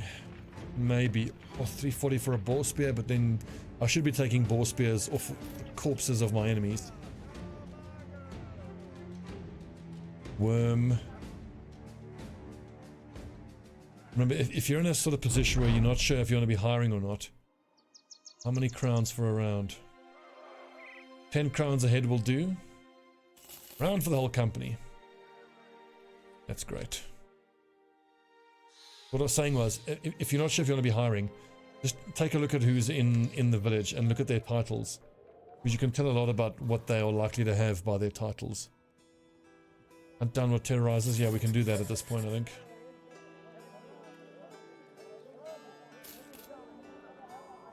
Raven, dreadful.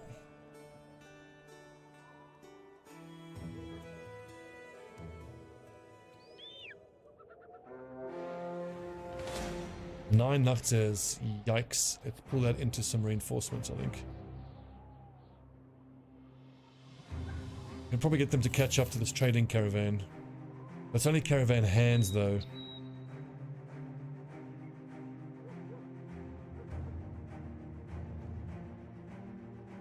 Those soldiers go. It's always such a risk if you pull them into like a noob caravan. Because sure, it buys you some time. Kill Nachtseers while some of the other ones eat the little caravan hands. But then you have bigger Nachtseers on your hands.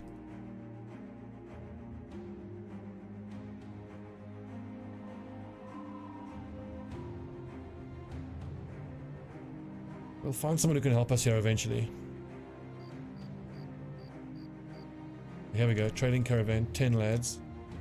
Some hands, the fact that there's some guards, okay, that makes it a lot easier to help.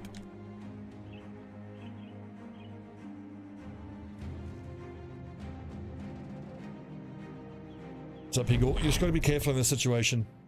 These caravan hand guys can behave quite strangely sometimes.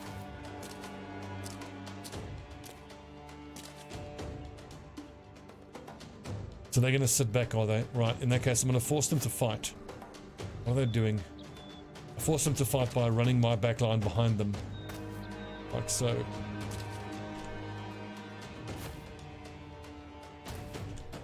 Which usually then gets them close enough that they will aggro.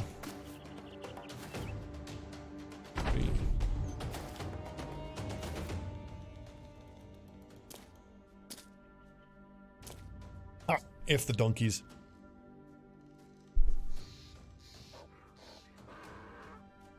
Hold the line, gentlemen. I'm not going to spear wall. I'm happy for these Nachtiers to come into range here. These ones going to attack only once per turn. These ones can't attack this turn.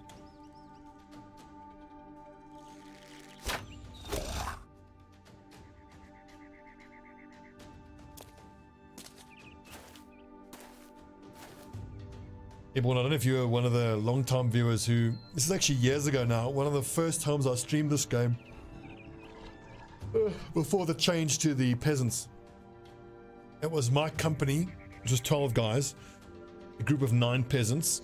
And a single orc berserker. And all the peasants just beeline for the berserker. And by the time I was able to fight the berserker, it had 9 stacks of rage. And it murdered all 12 of my people. That was interesting.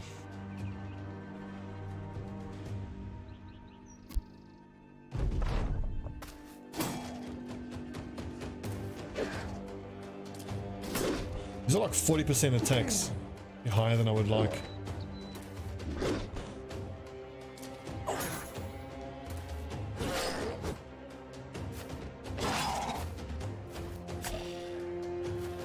you go, at least they're helping now.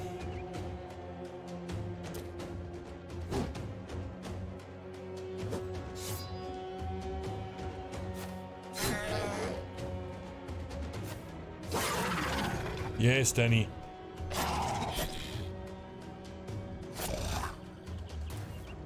Just gotta keep pushing and leveling lads up and killing some raiders and getting our hands on, like, this pike is far and away the most valuable thing we have. Like, that pike alone is worth more than like the whole company almost.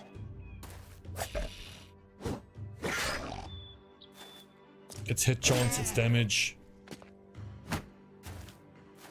Let's just keep grinding until we get like, oh, should we get to like, let's say 8 lads, 4 of them on front, you know, with nimble and basic mail, and then 3 or 4 of these pikes in the back line. And we can start doing some work.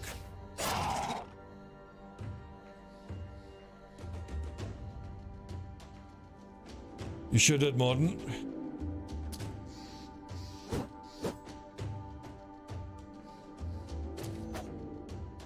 You came over all dead.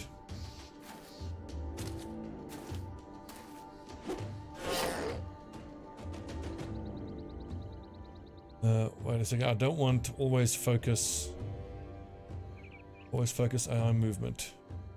I was giving like almost like a motion blurry type of thing.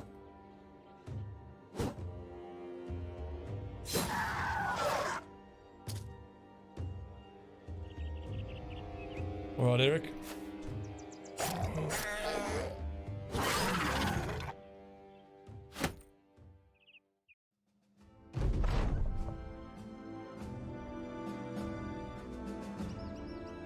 It is good to be playing Battle Brothers, but I almost had like a little... I was almost ready to give up again after that one tough fight. If I can just get past this early game tough grindy bit, I'll be good. A tank doesn't need any melee skill. Needs to be tough.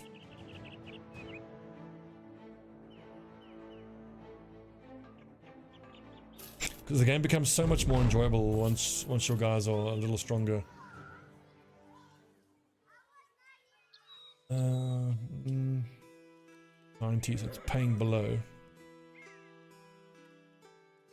Keep pushing up this way, follow the road, we need to keep exploring. Right, you can say that again. I remember how tough that Dovecool start was. Remember the last campaign was a Dovecool start. 84. Oof, the prices are dreadful.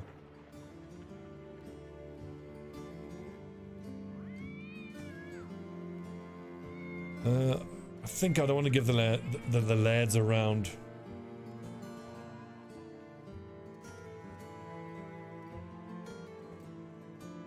Escort caravan. We'll do that after this mission. What is this mission? Secure the cemetery. That we can do.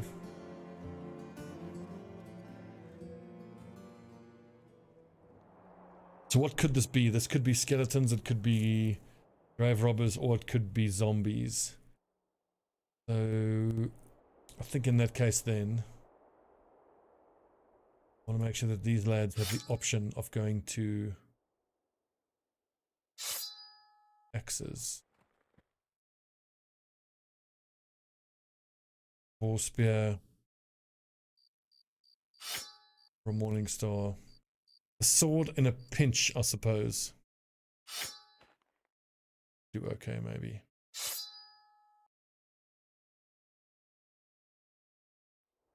If you have a sword, so a sword is slash damage, which doesn't get the skeletal damage reduction. So really, it's only the guys who have a spear as their main weapon that need slashing weapon as a backup. And the axes, in that case, would be doubly good. It's the skeletons, so that I can then break some shields. Correct, it could also be Nachtseers. He's got 2 spears.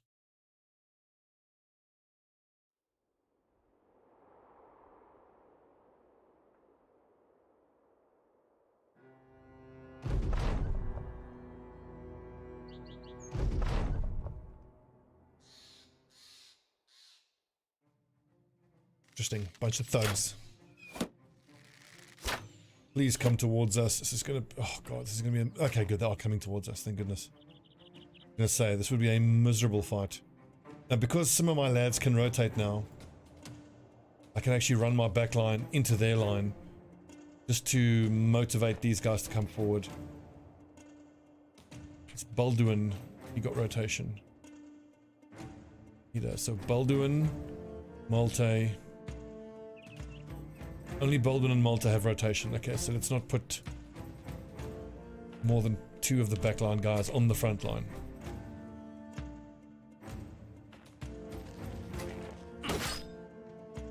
Congratulations, you played yourself.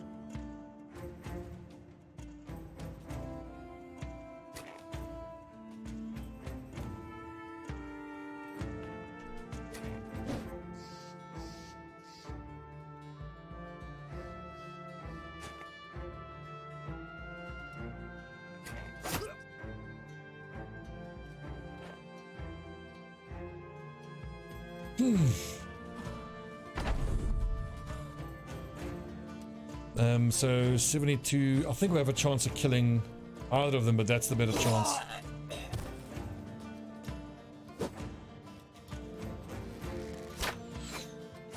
I mean, when you're attacking a thug, if Daryl hits, he's killing.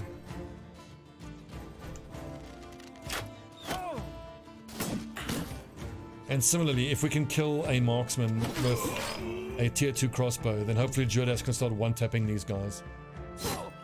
It may even be worth investing in a tier 2 crossbow if we can get one damaged. Pick one up for less than its asking price.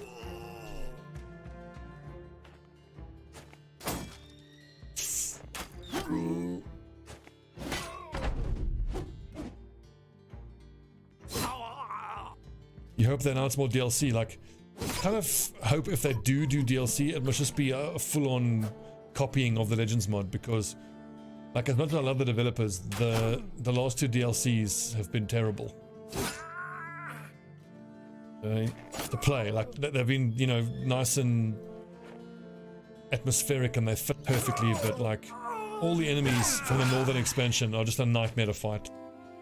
All the enemies of the southern expansion are doubly a nightmare to fight. It's still just raiders that are economically worth it to fight. Like, a part of me also has that feeling of like, whenever they release something, there's a risk that what they add makes the product less than what it was. So at a certain point, maybe it's better that they do move on and do something else. You know, get a whole new IP. Wouldn't that be cool? Andre the tank. Here we go. Good points. Resolve. Melee defense. Harden the bannerman, so resolve. And he needs lots of fatigue. And he needs melee defense. Anything worth using out of that fight? Yeah, a couple Aketon caps. Alright, Zachary. The Ifrit are those big sand things. Yeah, I mean, the way I've had success against them is to have your front line with kite shields, and you 2 square shield up, 2 square shield up. Ifrit throws a rock at you, it splits off into a little thing, you kill the little thing.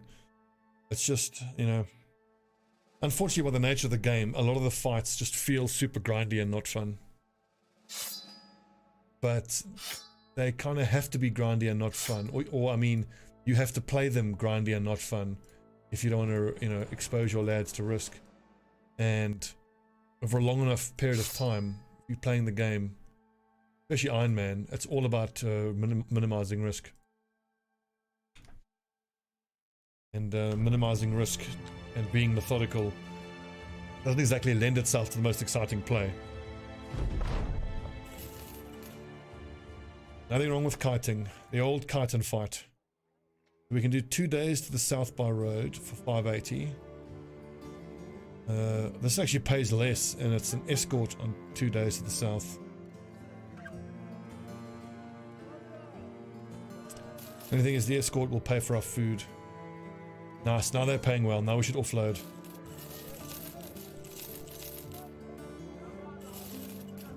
Let's keep 1 stick. We have 3 being used currently. It's a good time to get some money for these hand axes.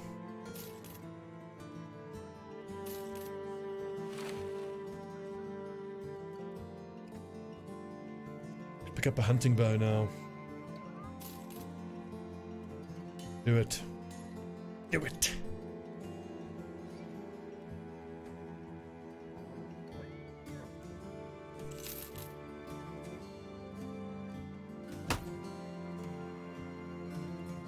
Thanks, Joe. That's a nice happy man. Hope he's going to start one-tapping nerds now.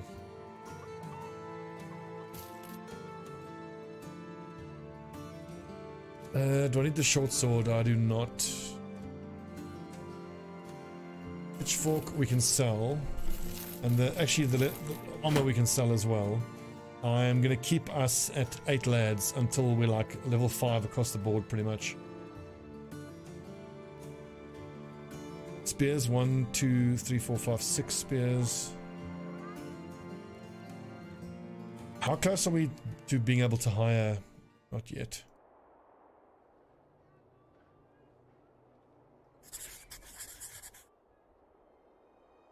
Let's see if this road goes any further. It does not.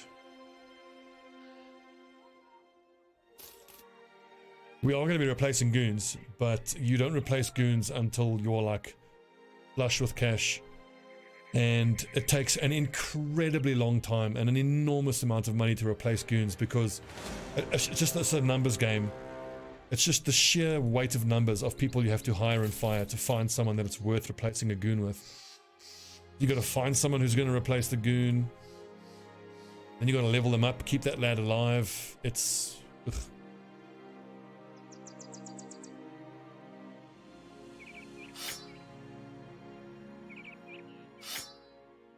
How about that? Give them some shield break. Yeah, because now then these lads can use the falchions for the extra damage.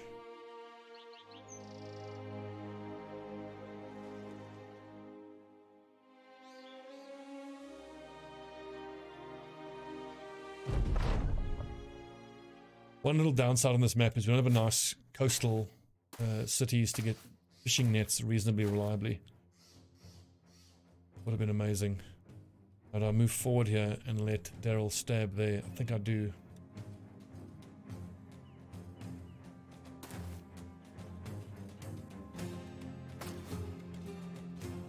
It's very rare that I actually do this, that I move forward into them, but like now is a bit of a special case. 250% shots, well, I can switch off, well, switch to the throwing weapon and have it be 70%.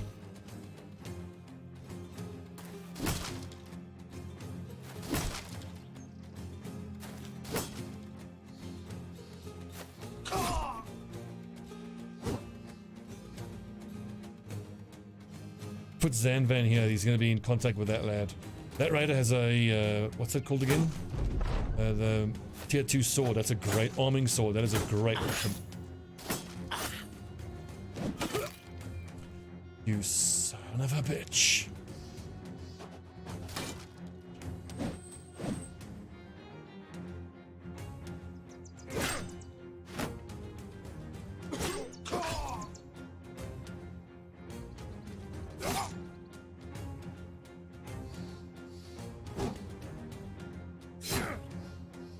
I should have waited there. It doesn't matter in the end. None of this armor is worth risking life and limb for. There goes Morden, but he got struck down. Pray for brain damage, friends. If our bannerman can get brain damage now, that would be amazing. Unfortunately, it's very unlikely from a spear wound.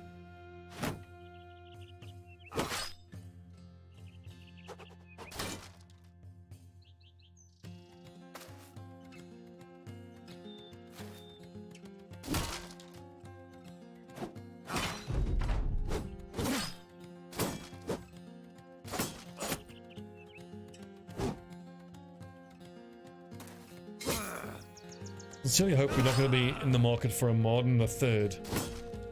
Third bannerman at this early on in the campaign really would be a bit of a downer.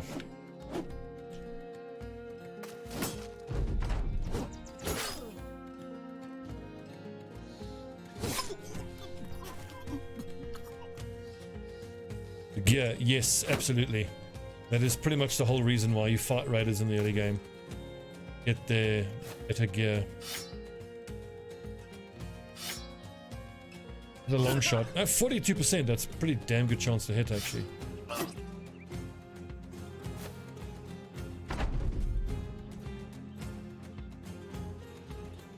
Please don't be dead, Marden.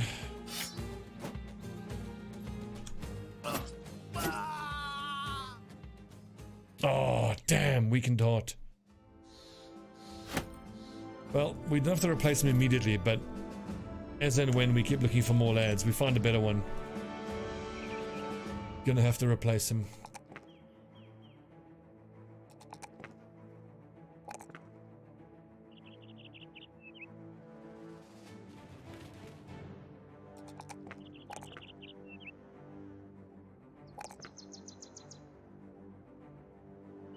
So Zan Van can actually take his position on the front lines now. Maybe red shirt guy, the goon, can be on the back line for a bit, because Zan Van is Beef City.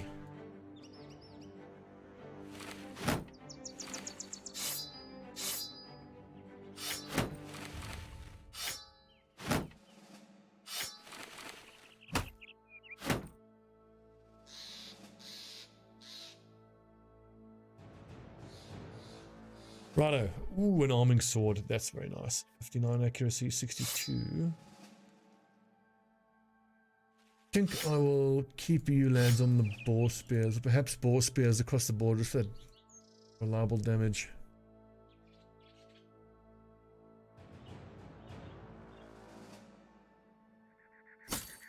I think if they go, hey, meet the new guy, placeholder name.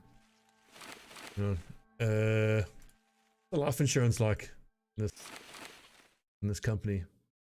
What?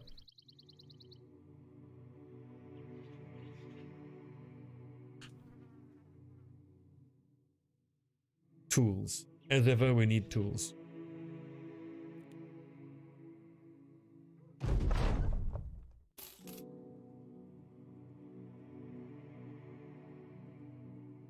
Oh, this is beautiful.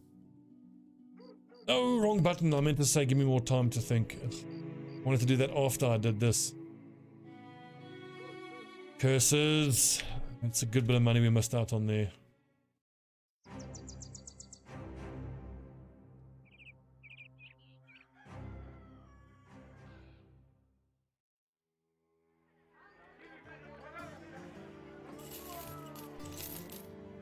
$2,000. Siegfried is bright and he's decent. We rolled minimum though. He is very, very... He could actually be a not great...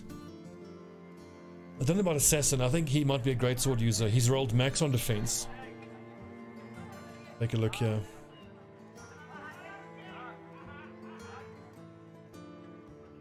So melee defense, 2 stars, so 3 every level, so 10 level ups, that's 30, so he's going to have 35 melee defense. His melee skill is going to be quite low, 1 star, so 2 to 3, call it 25. So he's only going to have like 75 melee skill.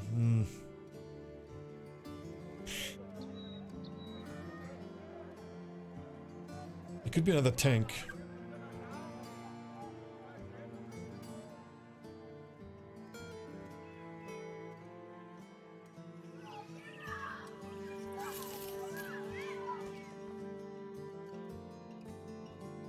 And remember, eventually we want 2 tanks, because we're going to have a formation where we have a greatsword user, a tank, some frontline guys, tank, greatsword user, and the tank subbing. The tank plus greatsword guys are assigned to hold the flanks. Greatsword guy swings in a semicircle, and the tank guy there. It's kind of out in the open.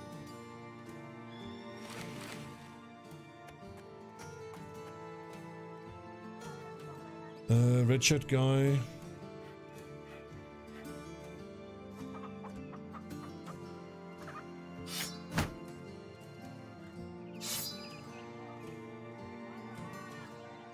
Yeah, so red shirt, you can break shields and empower the 2 guys next to you.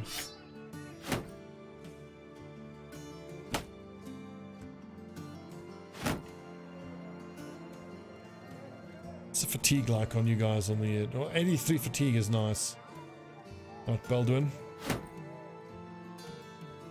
It's not too much of a hit in fatigue, and it's nice durability boost.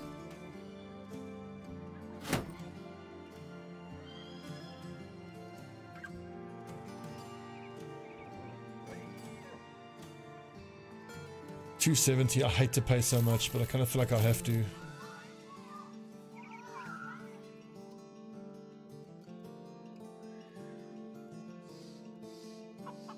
But I paid to treat it already, so... What is this? Secure tilted grave markers. Who has the damaged gear? Oh, the front line, unfortunately.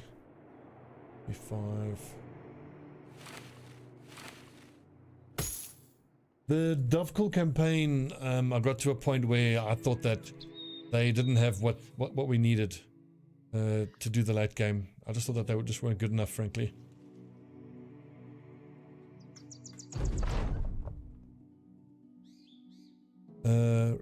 This dude, some of my guys could get exhausted. Send a man in. I don't have an appropriate guy, so I'm not going to do that. One of your lads can lose an eye if you try to do that.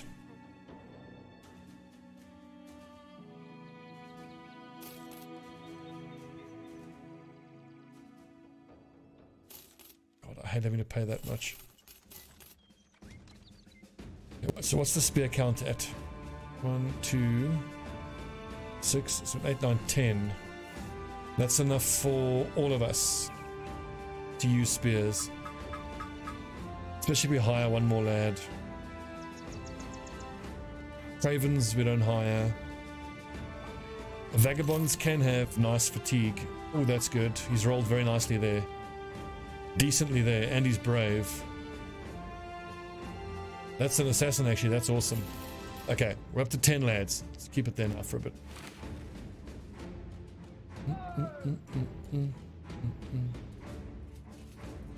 Unfortunately, the 3 stars in range defense is just wasted. Is there a pitchfork that we can buy here? I don't want to spend 488 on a war fork, but fuck it, I'm feeling saucy.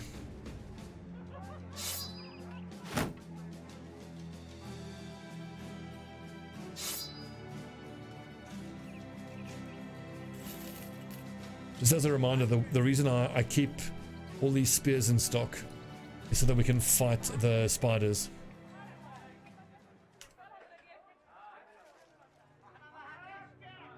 If you're going to be fighting webnecks, you need to have a spear for every one of your lads. Excellent. When starting out, the world saw you for what you were. Ambition armed with a weapon. Everyone has a dream, and about half those men have weapons on them. You are not unique. Not outstanding, not even particularly dangerous if you're giving your old self a good look in the eye, but you made it. The door shut in your face. The attempts at haggling that lost you good deals, the spitting, so much spitting. It's a cold world and you dared to warm your own damn self. You succeeded. Contracts under your belt, contracts on the horizon. They're blurring together. A culture of victory has started to wash over the Uncrowned, and you're good reason to be proud of your accomplishment of it. We're making a name for ourselves. And now we can start saving up for a drill sergeant, but as you can see, expensive. I think I want to go for a bannerman next. We'll see what the ambitions are. If one of the ambitions is visit all of the towns, I'll probably take that. One. Hell. Madden, sure.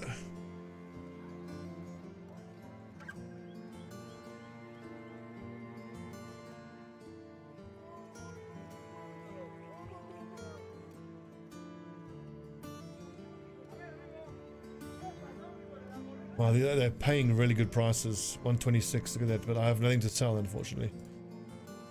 But give me some good jobs here. Deliver cargo, a day to the north, for 570. Hell yes, I'll do that. This is an escort, 3 days. That pays quite nicely. And hopefully this is a return the lockbox. Perfect. This is kind of exactly what you want in every town that you turn up to. Return the lockbox, then get given a delivery onto the next town. Where is it? Northeast. A brigand marksman. Scary. Let's hope that marksman is carrying a tier 2 crossbow. Which is obviously scary for us, but if we can get it off him. No, it's another hunting. Oh yes, there it is. Give me that two-handed axe. Although I suppose no, really, we're not doing polearm. Shield breakers. We're doing polearm users. And we're gonna have 9 backline guys. 2 of which are greatsword users. 2 of which are sergeants, leaving 5. So then we can do 5 polearm users, or 5 shield breakers, or a mix. Also, my assassins are going to be using 2-handed maces. Let's take the high ground, yes.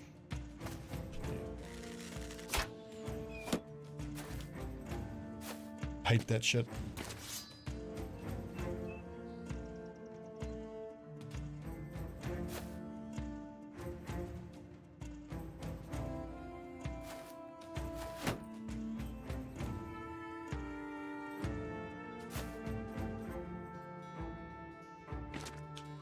Right, gents, give me a slow, orderly maneuver. Don't put yourselves within 2 squares of that high ground, because 1, 2, 3, 4. These squares here are fucking danger.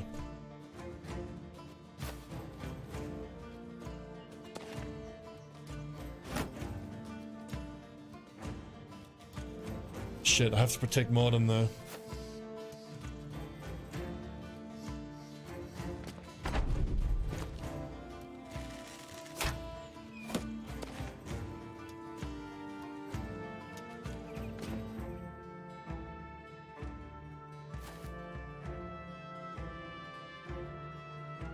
So trying to rush this guy before he can throw that spear is tempting, but I think it's a trap in this situation. Keep holding.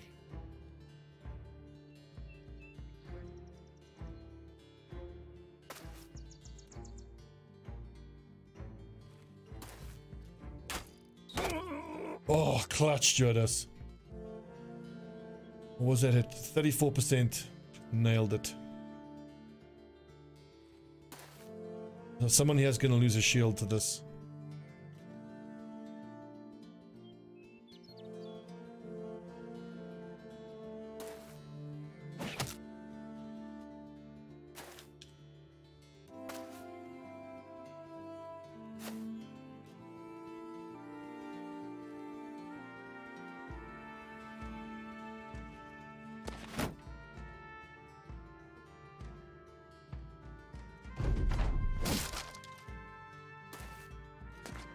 Okay, that I don't mind. I mean, it is scary that he's in contact with us, but he spent all his actions moving.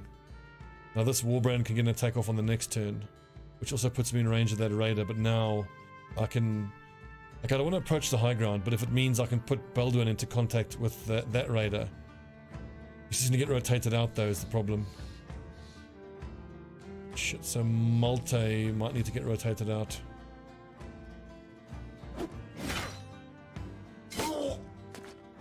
Good stabbing. On the guts.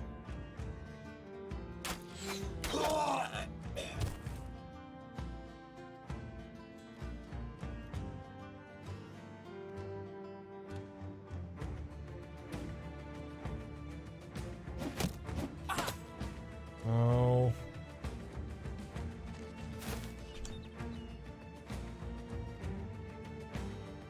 Zanvan, I think move that way and make space for Malte to move there.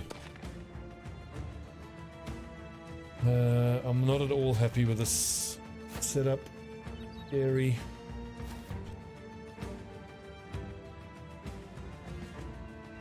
Okay, so the Brigand Raider moving back is frankly confusing, but...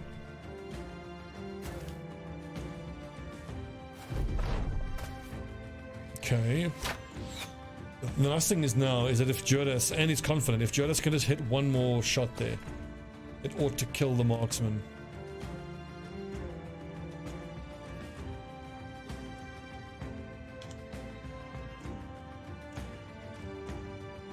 So Raging, I do like that idea to like have the archers be shield breakers if they need to be, but I prefer the hybrid archers where they have bow specialization and throwing weapon specialization. The bow being to kill enemy archers and the throwing weapons, throwing axes to attack high armor targets.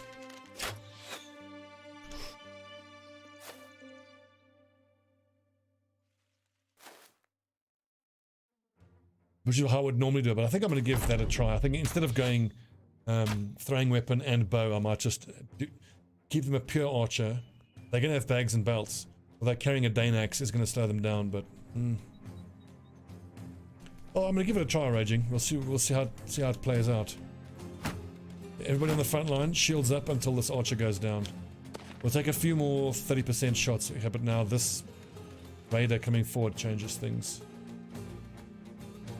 See, rushing him here now is a trap again, because then this guy gets the high ground on us. Like, Richard's bleeding.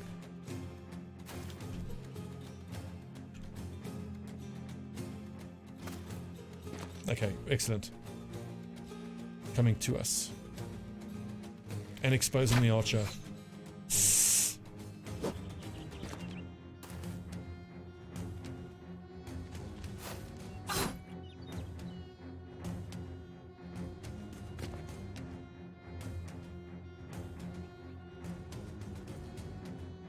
Oh shit, Siegfried is badly exposed.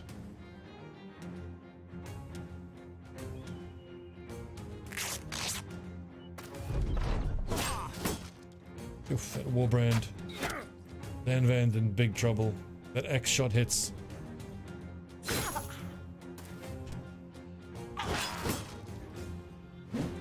Oh.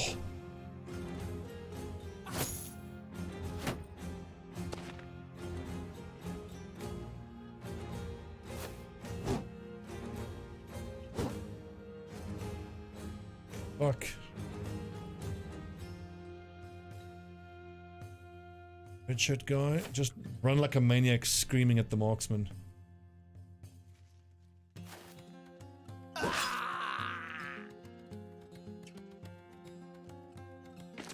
That's fucking scary for Andre, but at least he's now holding this guy in place. Come on, Judas. It's good.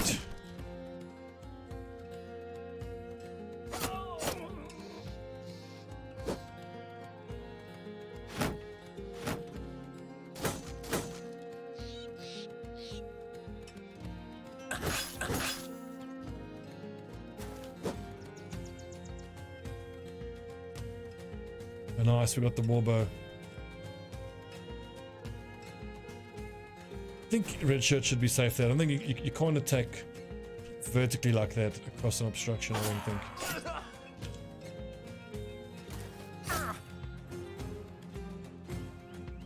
Daryl actually needs to rotate Siegfried out.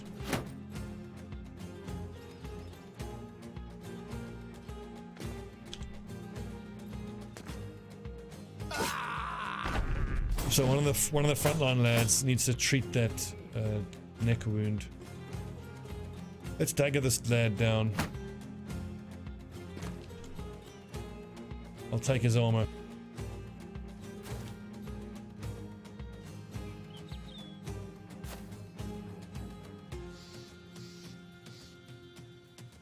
I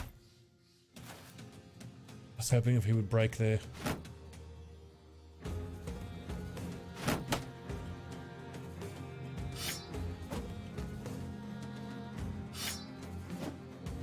Just one of these.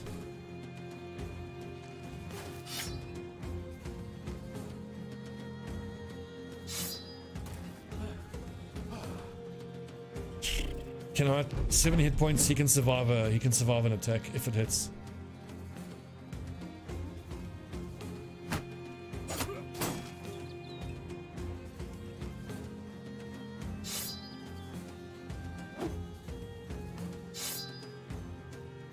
Ah, okay, I forgot. I need to treat Morden.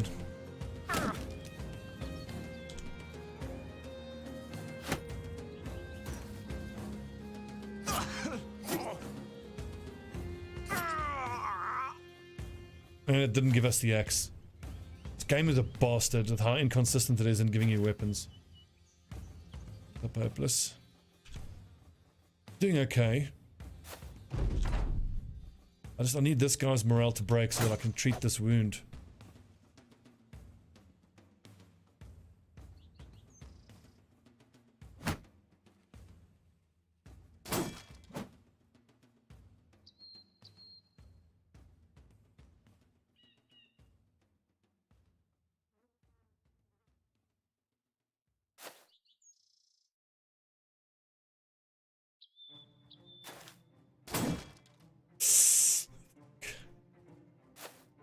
Yeah, I need Bolden. He's the only one who's got a bandage.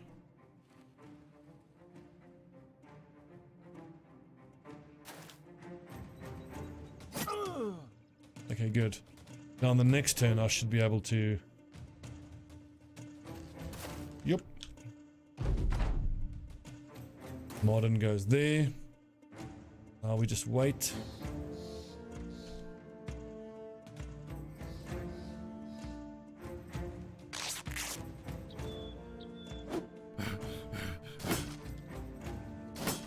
And it's butter knife time. Nice, no one died. Oh, great haul. Lads are doing it. We're doing it.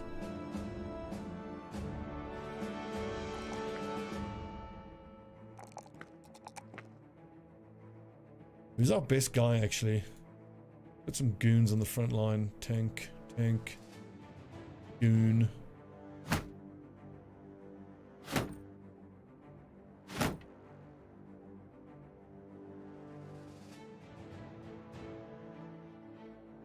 Yeah, that axe would have been amazing for us.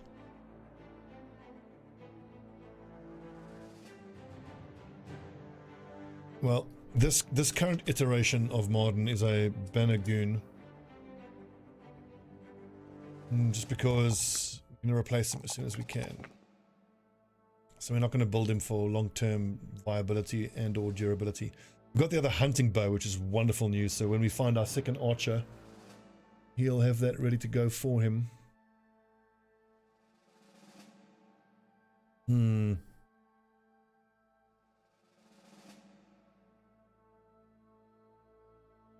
Right, who's gonna wear what?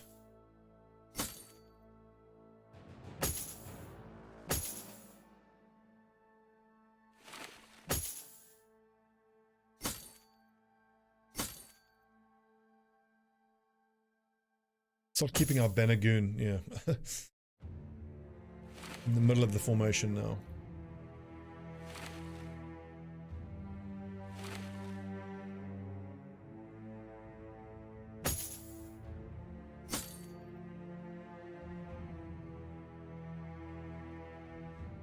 The Warbrand absolutely can be tasty early. If anyone's going to use it, it could be Daryl. So like, I mean, here's 60 to 80 on one attack, 50 to 75, 2 attacks. If anyone's going to use it, it'll be Daryl.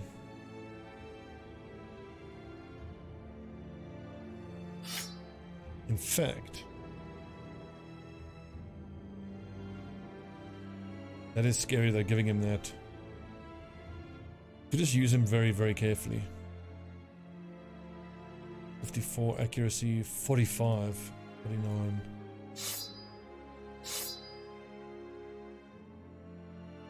Another boar spear, awesome. A flail, it's also great news.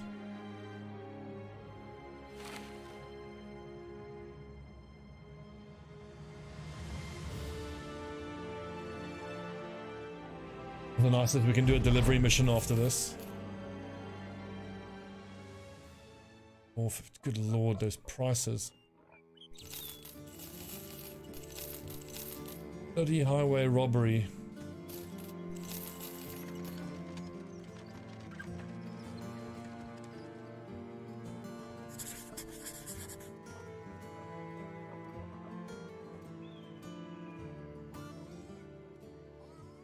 I'd agree, I think we're doing alright. Eichenberg, is it? Let's just get some tools. Then we'll head cross country, I think. Tools and some food. Head cross country.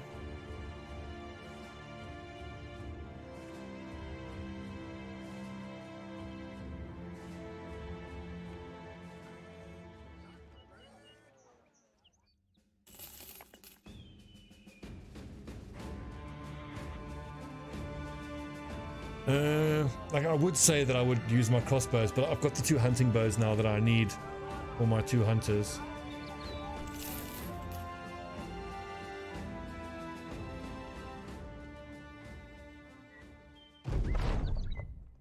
Battle standard, Cook's Scouts, no. Seam, Fame and Fortune.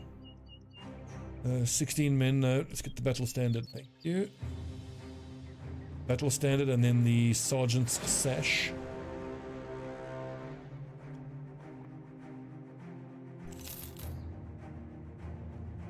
It's funny, I've been playing so much Red Solstice, I've gotten accustomed to having a little arrow indicator over my guys, indicating where the next objective is.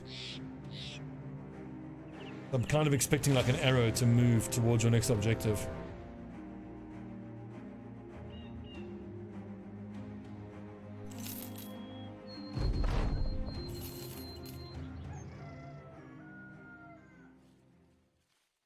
Nice. I love these delivery missions.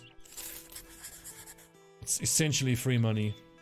The downside is that the time is ticking by where your lads aren't getting experience, but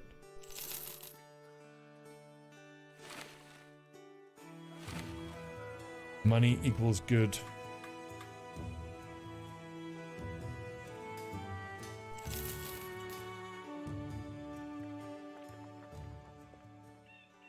Where are we going? Northeast.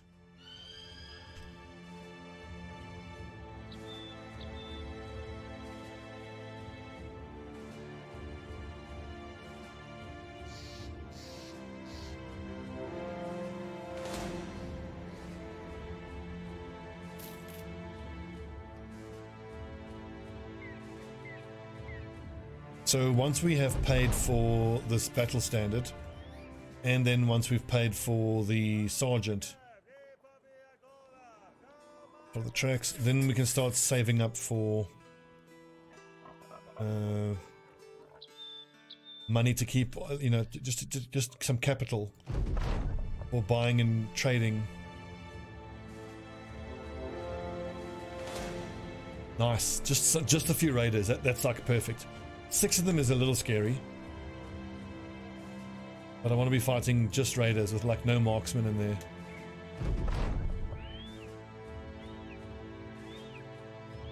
I saw the longer bit of writing there, and for a second I was like, don't tell me a fucking necromancer. Right, mate. Campaign plan is to grind for hours and hours and hours to get myself the types of ads I'm looking for, and then just do all of that game content, one after the other. In terms of setup, it's going to be a 7 up front, 9 at the back setup with tank, a tank, 5 assassins, a tank, then great sword, sergeant, and then 5 polearm users, bannerman, great sword. Well, I might switch up the polearm users to shield breakers, but I've used shield breakers in the past. Like, I know they're good. I know they are just great. I want to give the polearm guys a fair shout. I'll move forward here. Why not?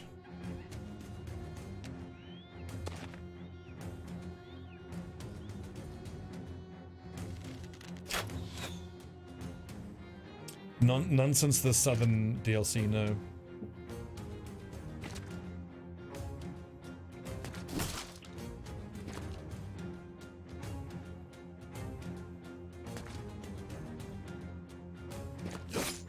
Oh, yes.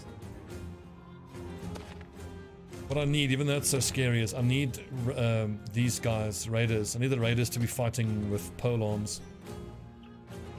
As soon as I can have 1, 2, 3, 4, like 4 or 5 polearms in the back line, it becomes actually quite a different game. Then your front line just tanks up, back line goes to work.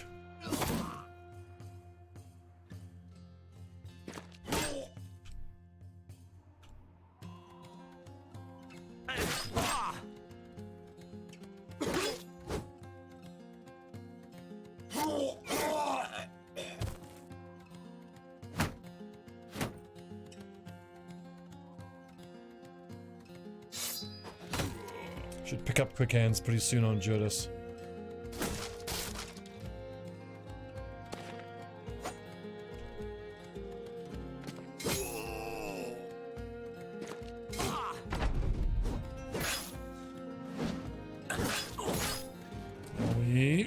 That was important.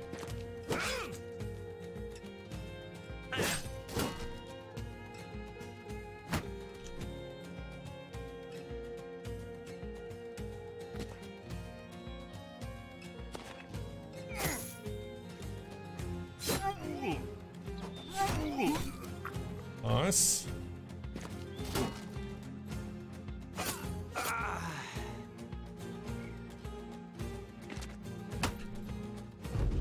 Try and dagger this lad down. Ouchie. Love the warbrand. Curses. That's arm sinew.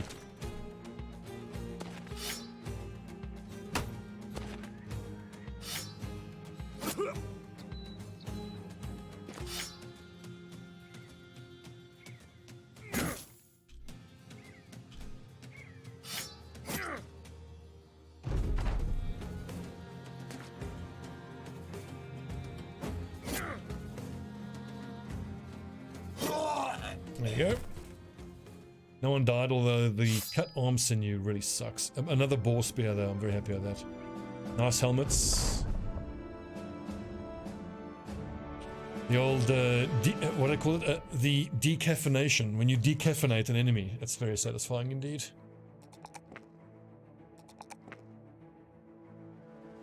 Fatigue actually looks pretty damn good. I mean, just taking a +1 on defense makes me feel so sad, but you have to take defense every level.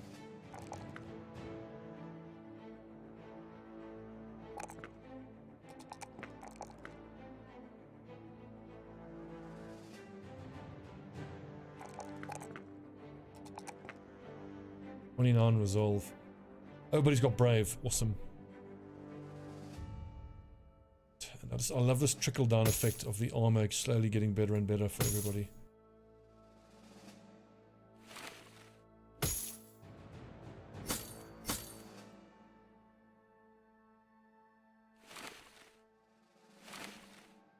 Slowly but surely getting upgraded. As always, tools. Always tools. Another problem.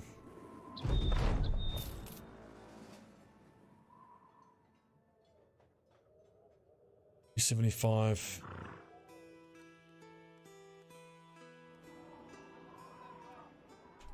Not when I'm pushing through the 2,000 crowns. When it's paying more or less at value. Don't do this to me, game. Don't make me. Don't offer me 1,000 gold pike. That's not cool. I'm trying to get a banner.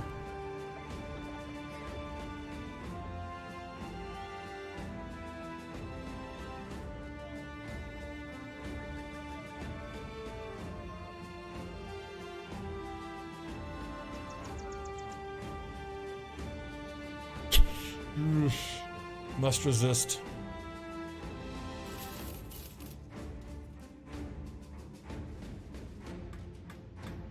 Two spears.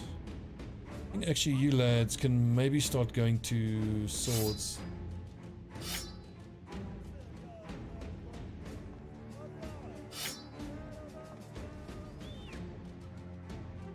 Do it. Don't do it. We've got 10 lads. We need 1, 2, 3, 4, 5, 6, 7, 8, 9, 10.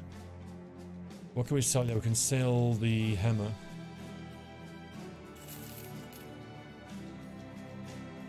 What I will do is buy some more tools though. I'm going to need those tools to get through the missions I need to do to get the 2,000. So where's that hut that we saw down there? We should go clear that hut out.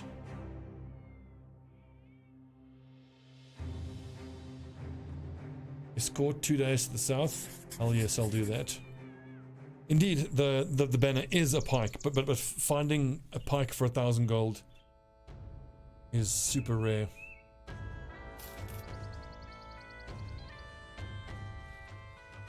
So like, if I had bought that pike now, it would be a big boost to my early game, but in the long run it would end up being not the best, because it would delay my getting of the banner and delay everything else.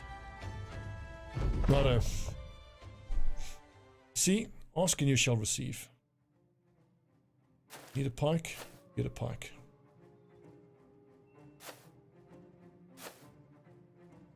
Oh, the thing is, you can with a mail shirt, but look, I mean, there's free mail shirts on the field like all the time. Essentially free. Let's pull back because I want to try get these caravan hands involved, even if just to absorb some shots.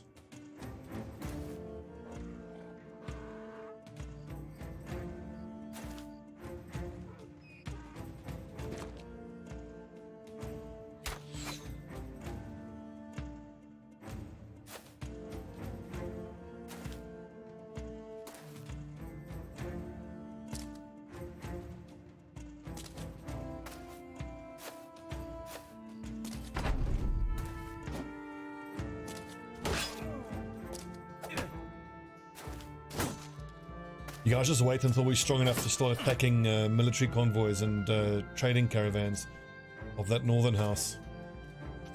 Then we're going to start getting what are called in, not bardishes, the flat-bladed one of the pike, halberd. Start getting halberds. We can get nice mail, loads of money, trade resources.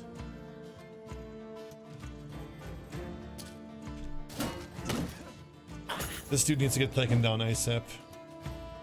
Quite know how I'm going to do that though.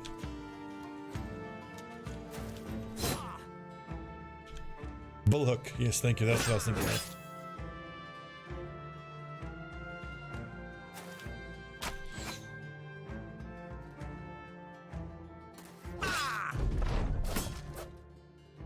This attack is the most scary one. I can't look. Okay, it was just a caravan hand. That's why you have the caravan hands come forward. Shit. Belden's in big trouble. Expected, pretty much.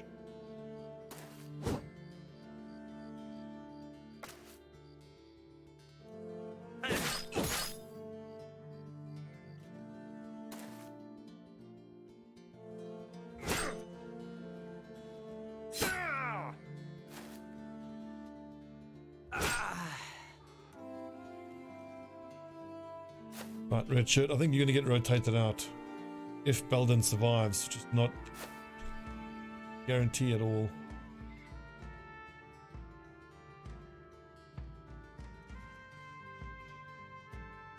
Fuck. Oh, he's a goon. Nice, the morale hit there is pretty important. Andre.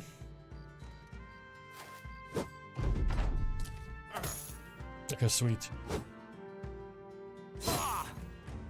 Arguably I should have daggered this guy down, but he's still dangerous as we can see.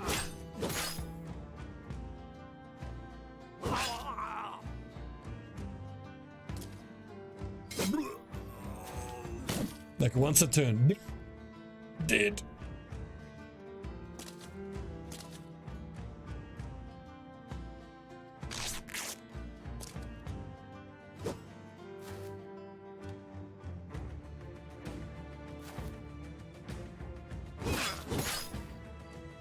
Please give me that pike. I don't know which is the appropriate god to pray to. Oh, morale break. If this little caravan hand gets that kill now, I'm gonna scream.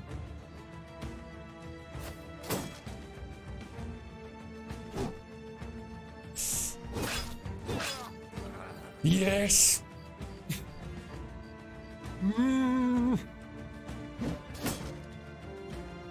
No restart, Bob. We pushed forward.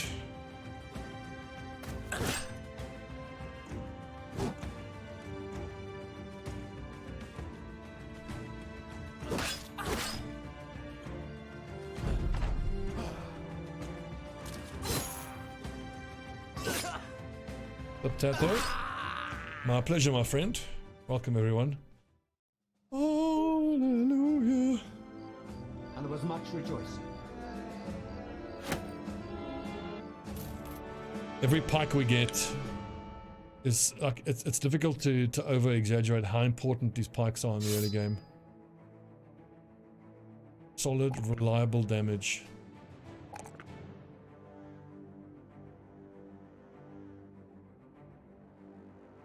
I'm gonna wait till he rolls a 3 on resolve, then I'll take it. Level 5 assassin lad. Quick hands. Colossus, maybe. I don't think I have. Have the point for Colossus. He's going to be wearing heavy armor eventually, so that will mean. Where is it? Battle Forged.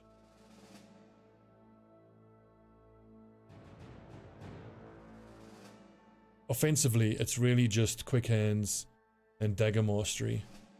Honestly, I kind of feel like we can even skip Berserk because he's not going to have gigantic fatigue. I think let's pick up Colossus over Berserk. With dagger specialization, he's going to be attacking 3 times with the Katal anyway, which is so exhausting.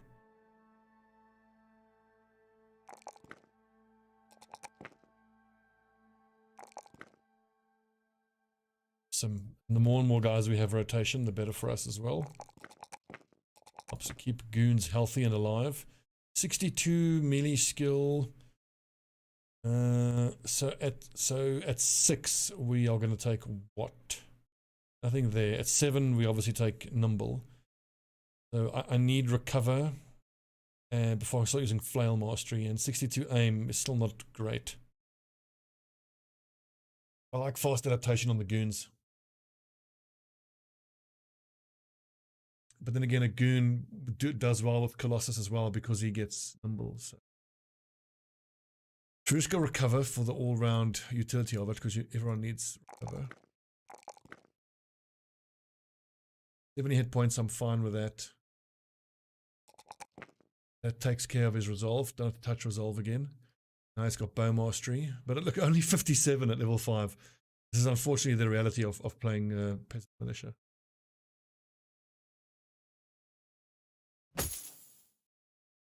And now we have weapons and armor waiting for fresh recruits.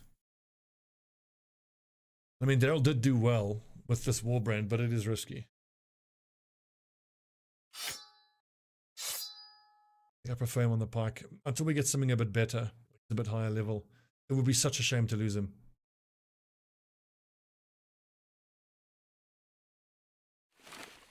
Right, we can hire the next lad.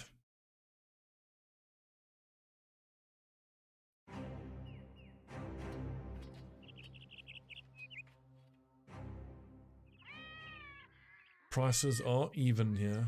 380, 220. It's nuts how pills cut into your profits.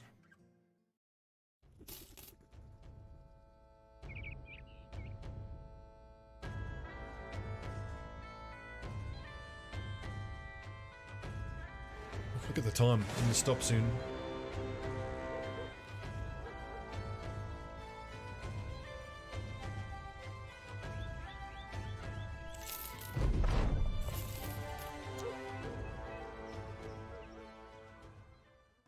Prices are even again. 440 on dyes is tempting. We could sink our capital into the dyes, flip them for a bit of profit, but I think I'd rather just hang on. I want to sell here now. Not really. Well, why not?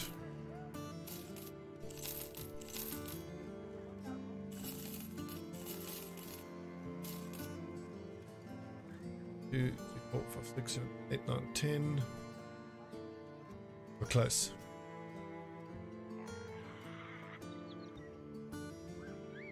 I'll be very happy to deliver after I've done this. 5 off brigands. Absolutely, I'll do that. You know what, lads? You've had a drink. Cheers. And after this, we should be able to get another lad. Fine. The bright is a nice designation. It means he is bright. I need an archer conceivably, but that's going to be so hard. And like, I think the militiamen are your best bet. Getting decent lads. Brawlers too. But let's not keep spending now. Let's just get this 2,000 gold.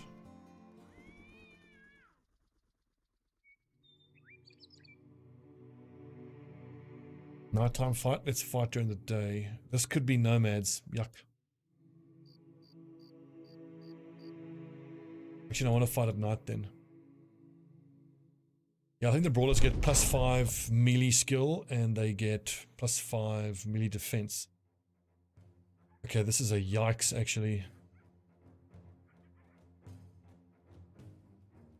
I'm going to have to come forward here, unfortunately. At least my polearms can stab over here. So. Have the polearm lads rush forward, that's fine. We can rotate them out. And if that encourages these guys to come out of the base, then that's wonderful for us.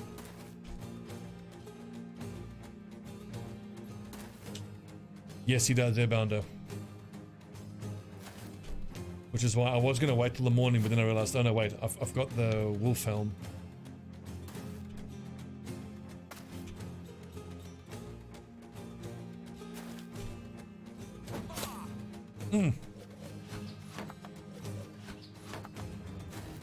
I think anyone with brain damage can become cultist. If I remember the wording on the wiki, it's like non-eligible classes, normally non-eligible classes can become cultists if they have brain damage.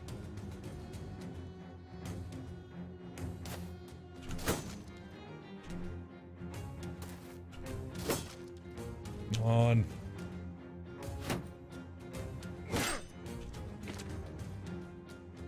We've actually got a bit of a problem on the southern flank here. Baldwin is in big trouble once again.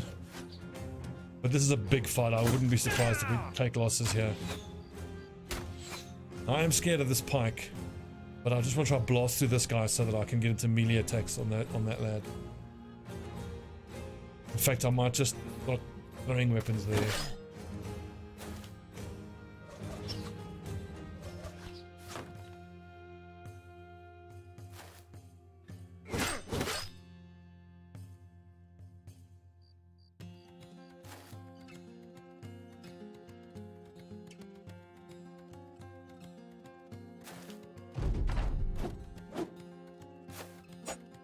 Whoa. Didn't see that. Shit. Madden. 7.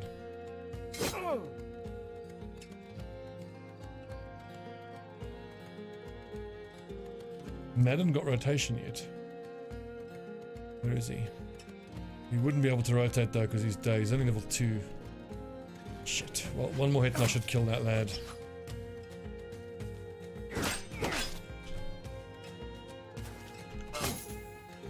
ability to destroy this lad's armor, but he's got to go down ASAP.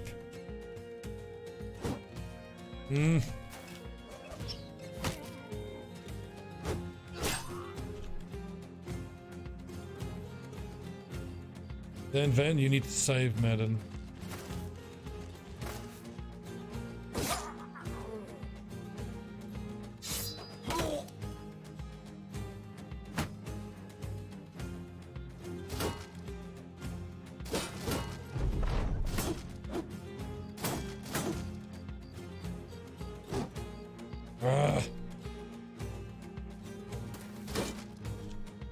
All these misses, lads. There we go, Judith. Yes, Daryl, another pike! Yes!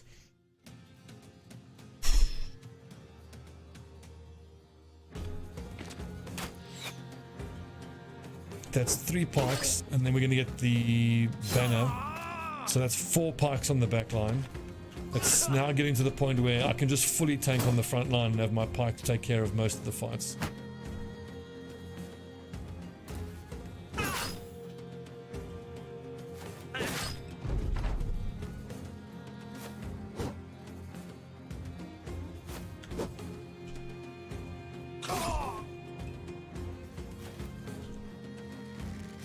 I don't think there's a better early game weapon than the pike. You can make an argument for the boar spear, but the pike's damage and plus hit chance puts it a class above.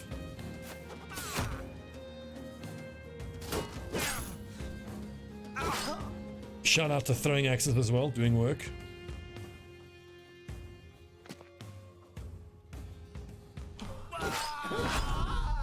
Yeah, thanks, Eric.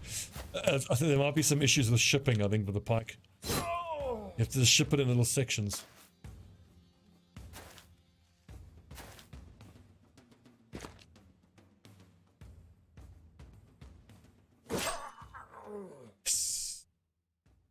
Oh.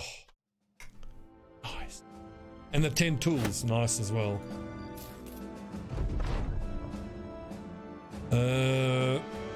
Chase their arms. Take their arms and chase them away. We are not needless murderers. He's almost where he needs to be with his resolve. His fatigue could be better. What did I take on the other level 5 goon? I took recover. Level 5. Look at you lads. They grow up so fast, don't they?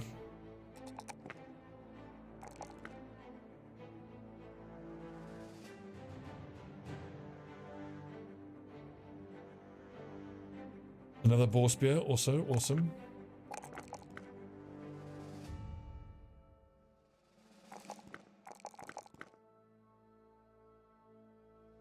Go there and there.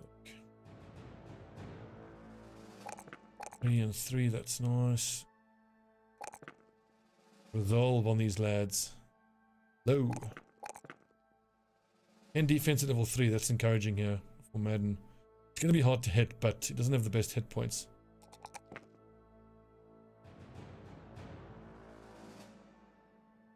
Three aim, 52 aim, so...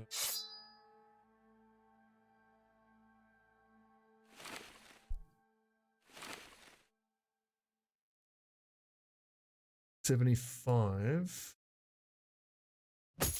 Banagoon can wear the... it is not. I think someone else asked for it, didn't they? Or, well, Eric W. I think. Let's see. So, taken. Madden is taken. Daryl is taken. Baldwin is available. And Malte are available. So basically, the 2 goons on the outside flanks. Moment. Available.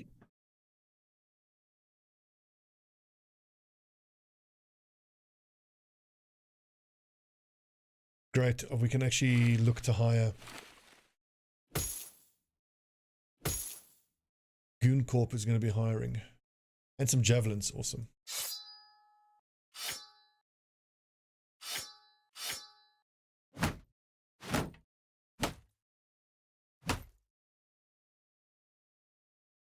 Philip, sure thing, buddy. Balduin hasn't been a lucky name for this lad.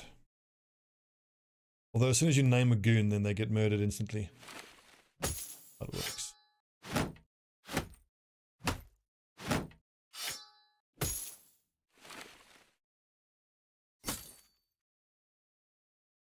So, what's the spear count at? 1, 2, 3, 4, 5, 7, 8, 9, 10, 11. We can sell one of the militia spears.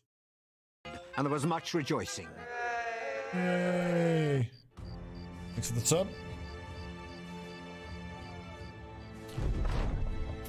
Yeah, I'm not going to call him the full name, Hopeless Necromantic. What should we just call him? Hopeless. Sorry, Tato, just too slow. But we are looking to hire, so... in a little while, you'll get another chance. Prices? Pretty bad.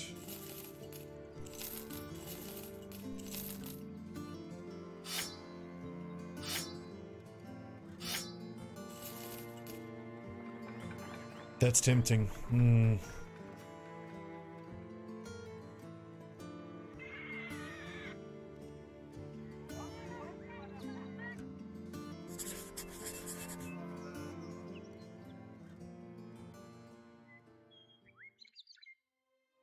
It feels like we're sort of in the swing of things now. We're doing it now. He says as he has to buy bloody tools again. Food.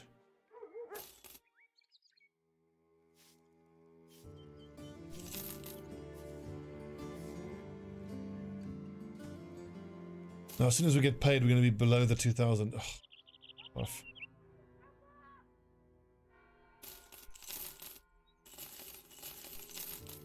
There. That ought to give us a few days of breathing room money-wise.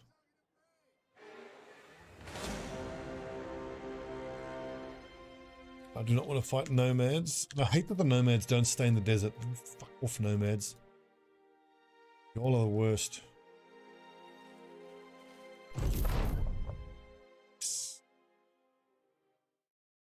Well done, gents. Modern. There you go, buddy.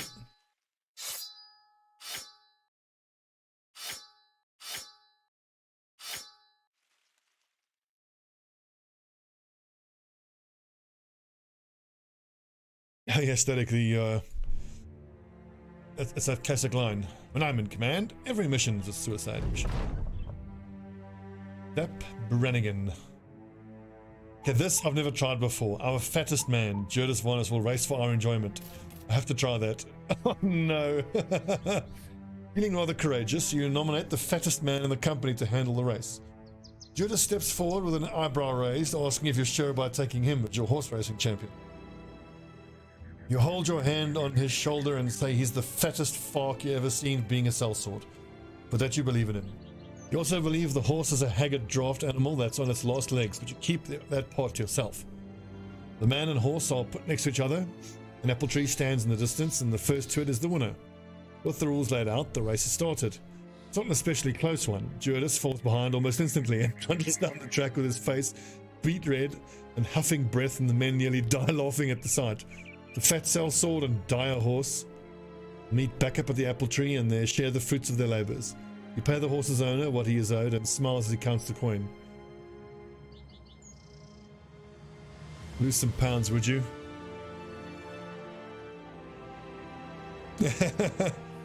Yeah, I don't think of it that way. Money for a stat increase. That is actually kind of worth it. We can make profit on that. We are flying a bit close to the sun though with the money.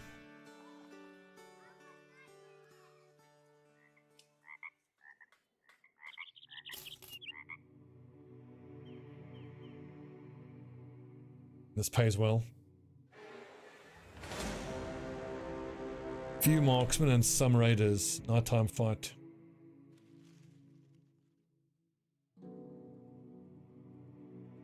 Oh, running away, are you?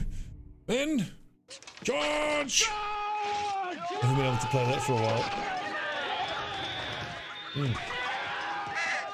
Is the audio actually playing for it? Yeah, it is. Good. Played that for a while.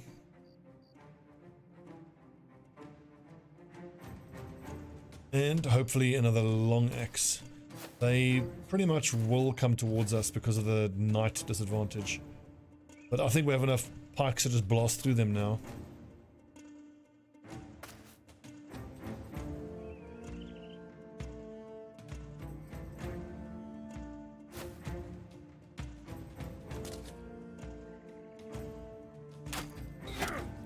Shot 30%.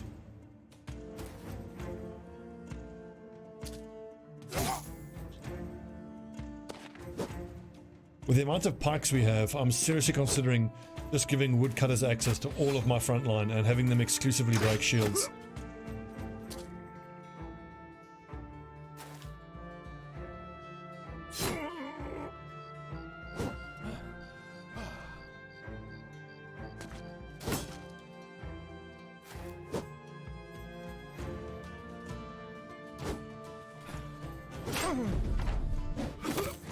Oh, you bastard.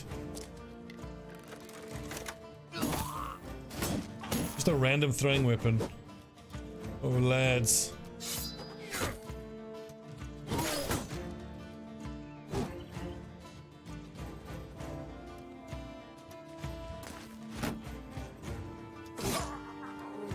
And we don't get the arming sword, man. F you, game.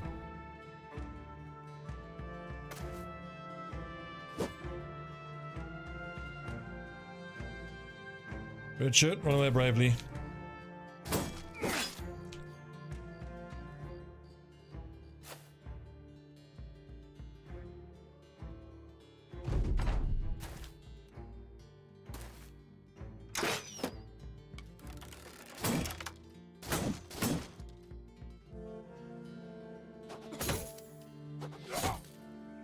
So it used to be that I would give at least like 20 defense on my pike users.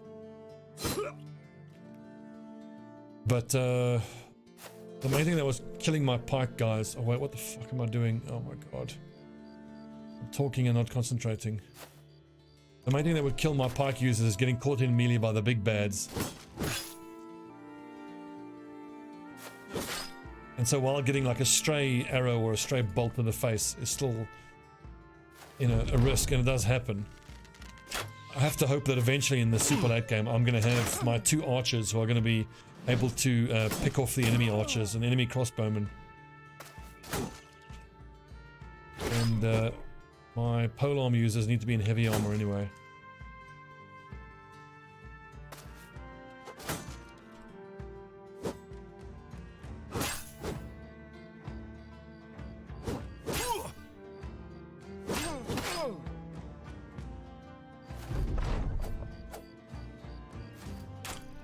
It's gonna kill someone. Whoa.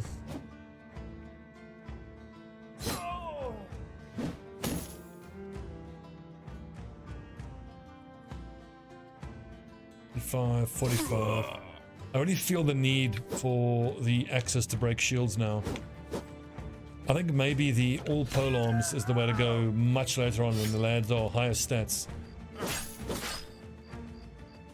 Because I absolutely buy the argument that spending action points to break shields and to buff your enemy's attack damage is not something you want to be doing. Oosh.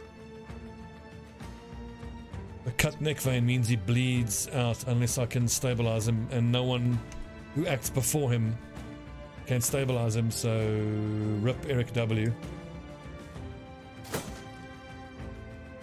Take someone on with you.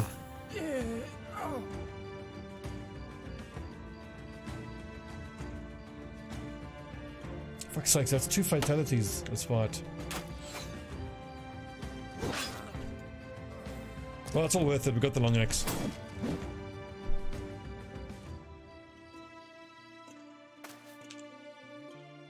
You were saying airborne? I'm pretty sure it's been buffed to 3.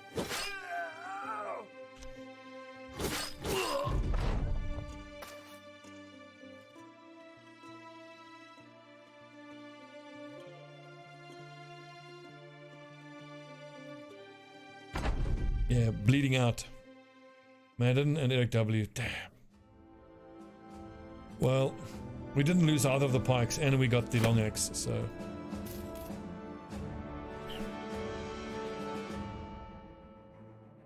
2 steps forward, 1 step back.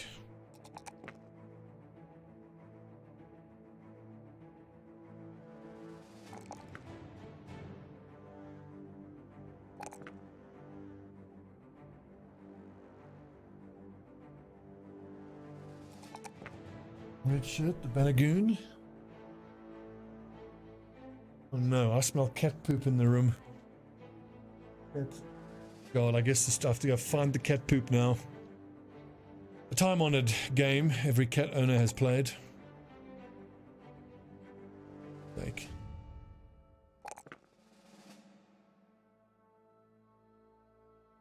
I hope it was just a cat fart. Cat poop. Barrel. Who's low level here? Level 4, level 4. Well, look, when we hire some new lads now, they can use these weapons and armor and stuff, so.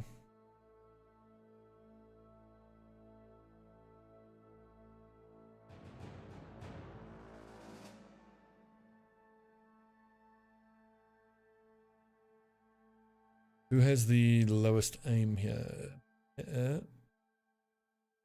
Fan. Oh, but I sold the one. Oh, there you go. There's the axe. We'll put him then in the middle of the formation.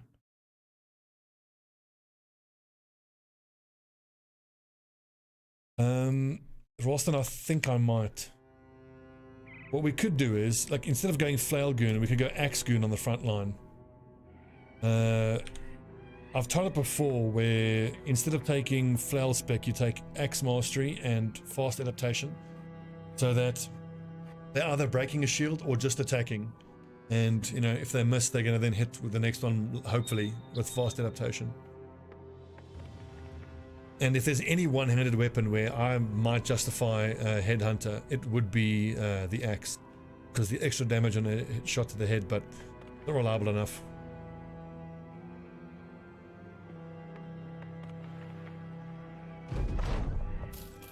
If we go for axe goon rather than flail goon, it's going to hurt our farming of gear. But I think considering we already have all these pikes, I think we should go axe goon.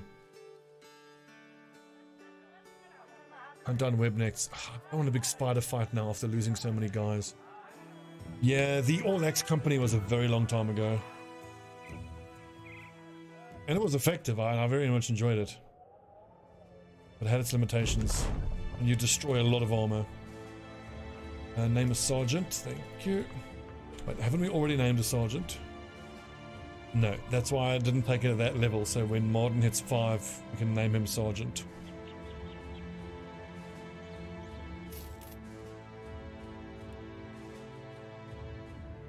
Now, do we keep ourselves at 8 men, or do we go up to 10? Because if we stay at 8 now, we can try save money to get to the sergeant. 200 gold for tools, I'm buying that. And 99, this is so cheap.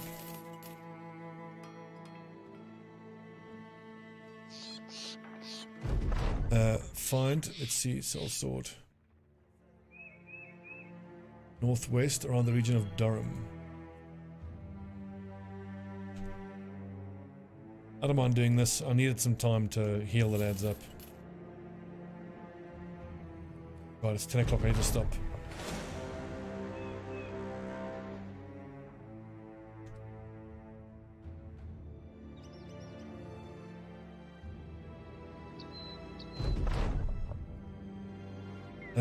Only I employ will learn where it is. Out of the way. Try all mason, stun everything. You're gonna struggle with peasants. You don't have skilled enough lads to have the melee skill to get over the shields then if you're using a mace. Right, we have just a bunch of trash in our inventory now. Bit of a sale, shall we? What are we gonna keep?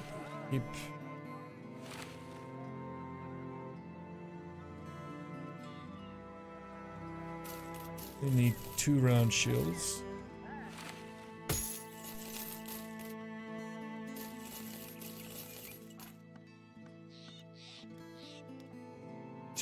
Don't even need those. That's amazing. Don't need those. We'll hang on to that.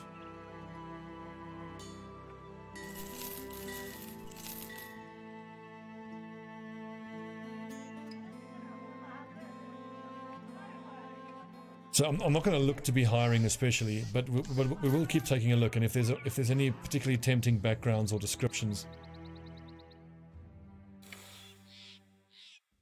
I mean, I suppose we can keep trying them out.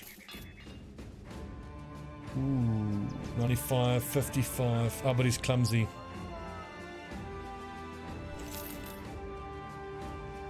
No, that's rubbish. He might have made a passable polearm lad, but getting our hands on polearm lads is fairly easy.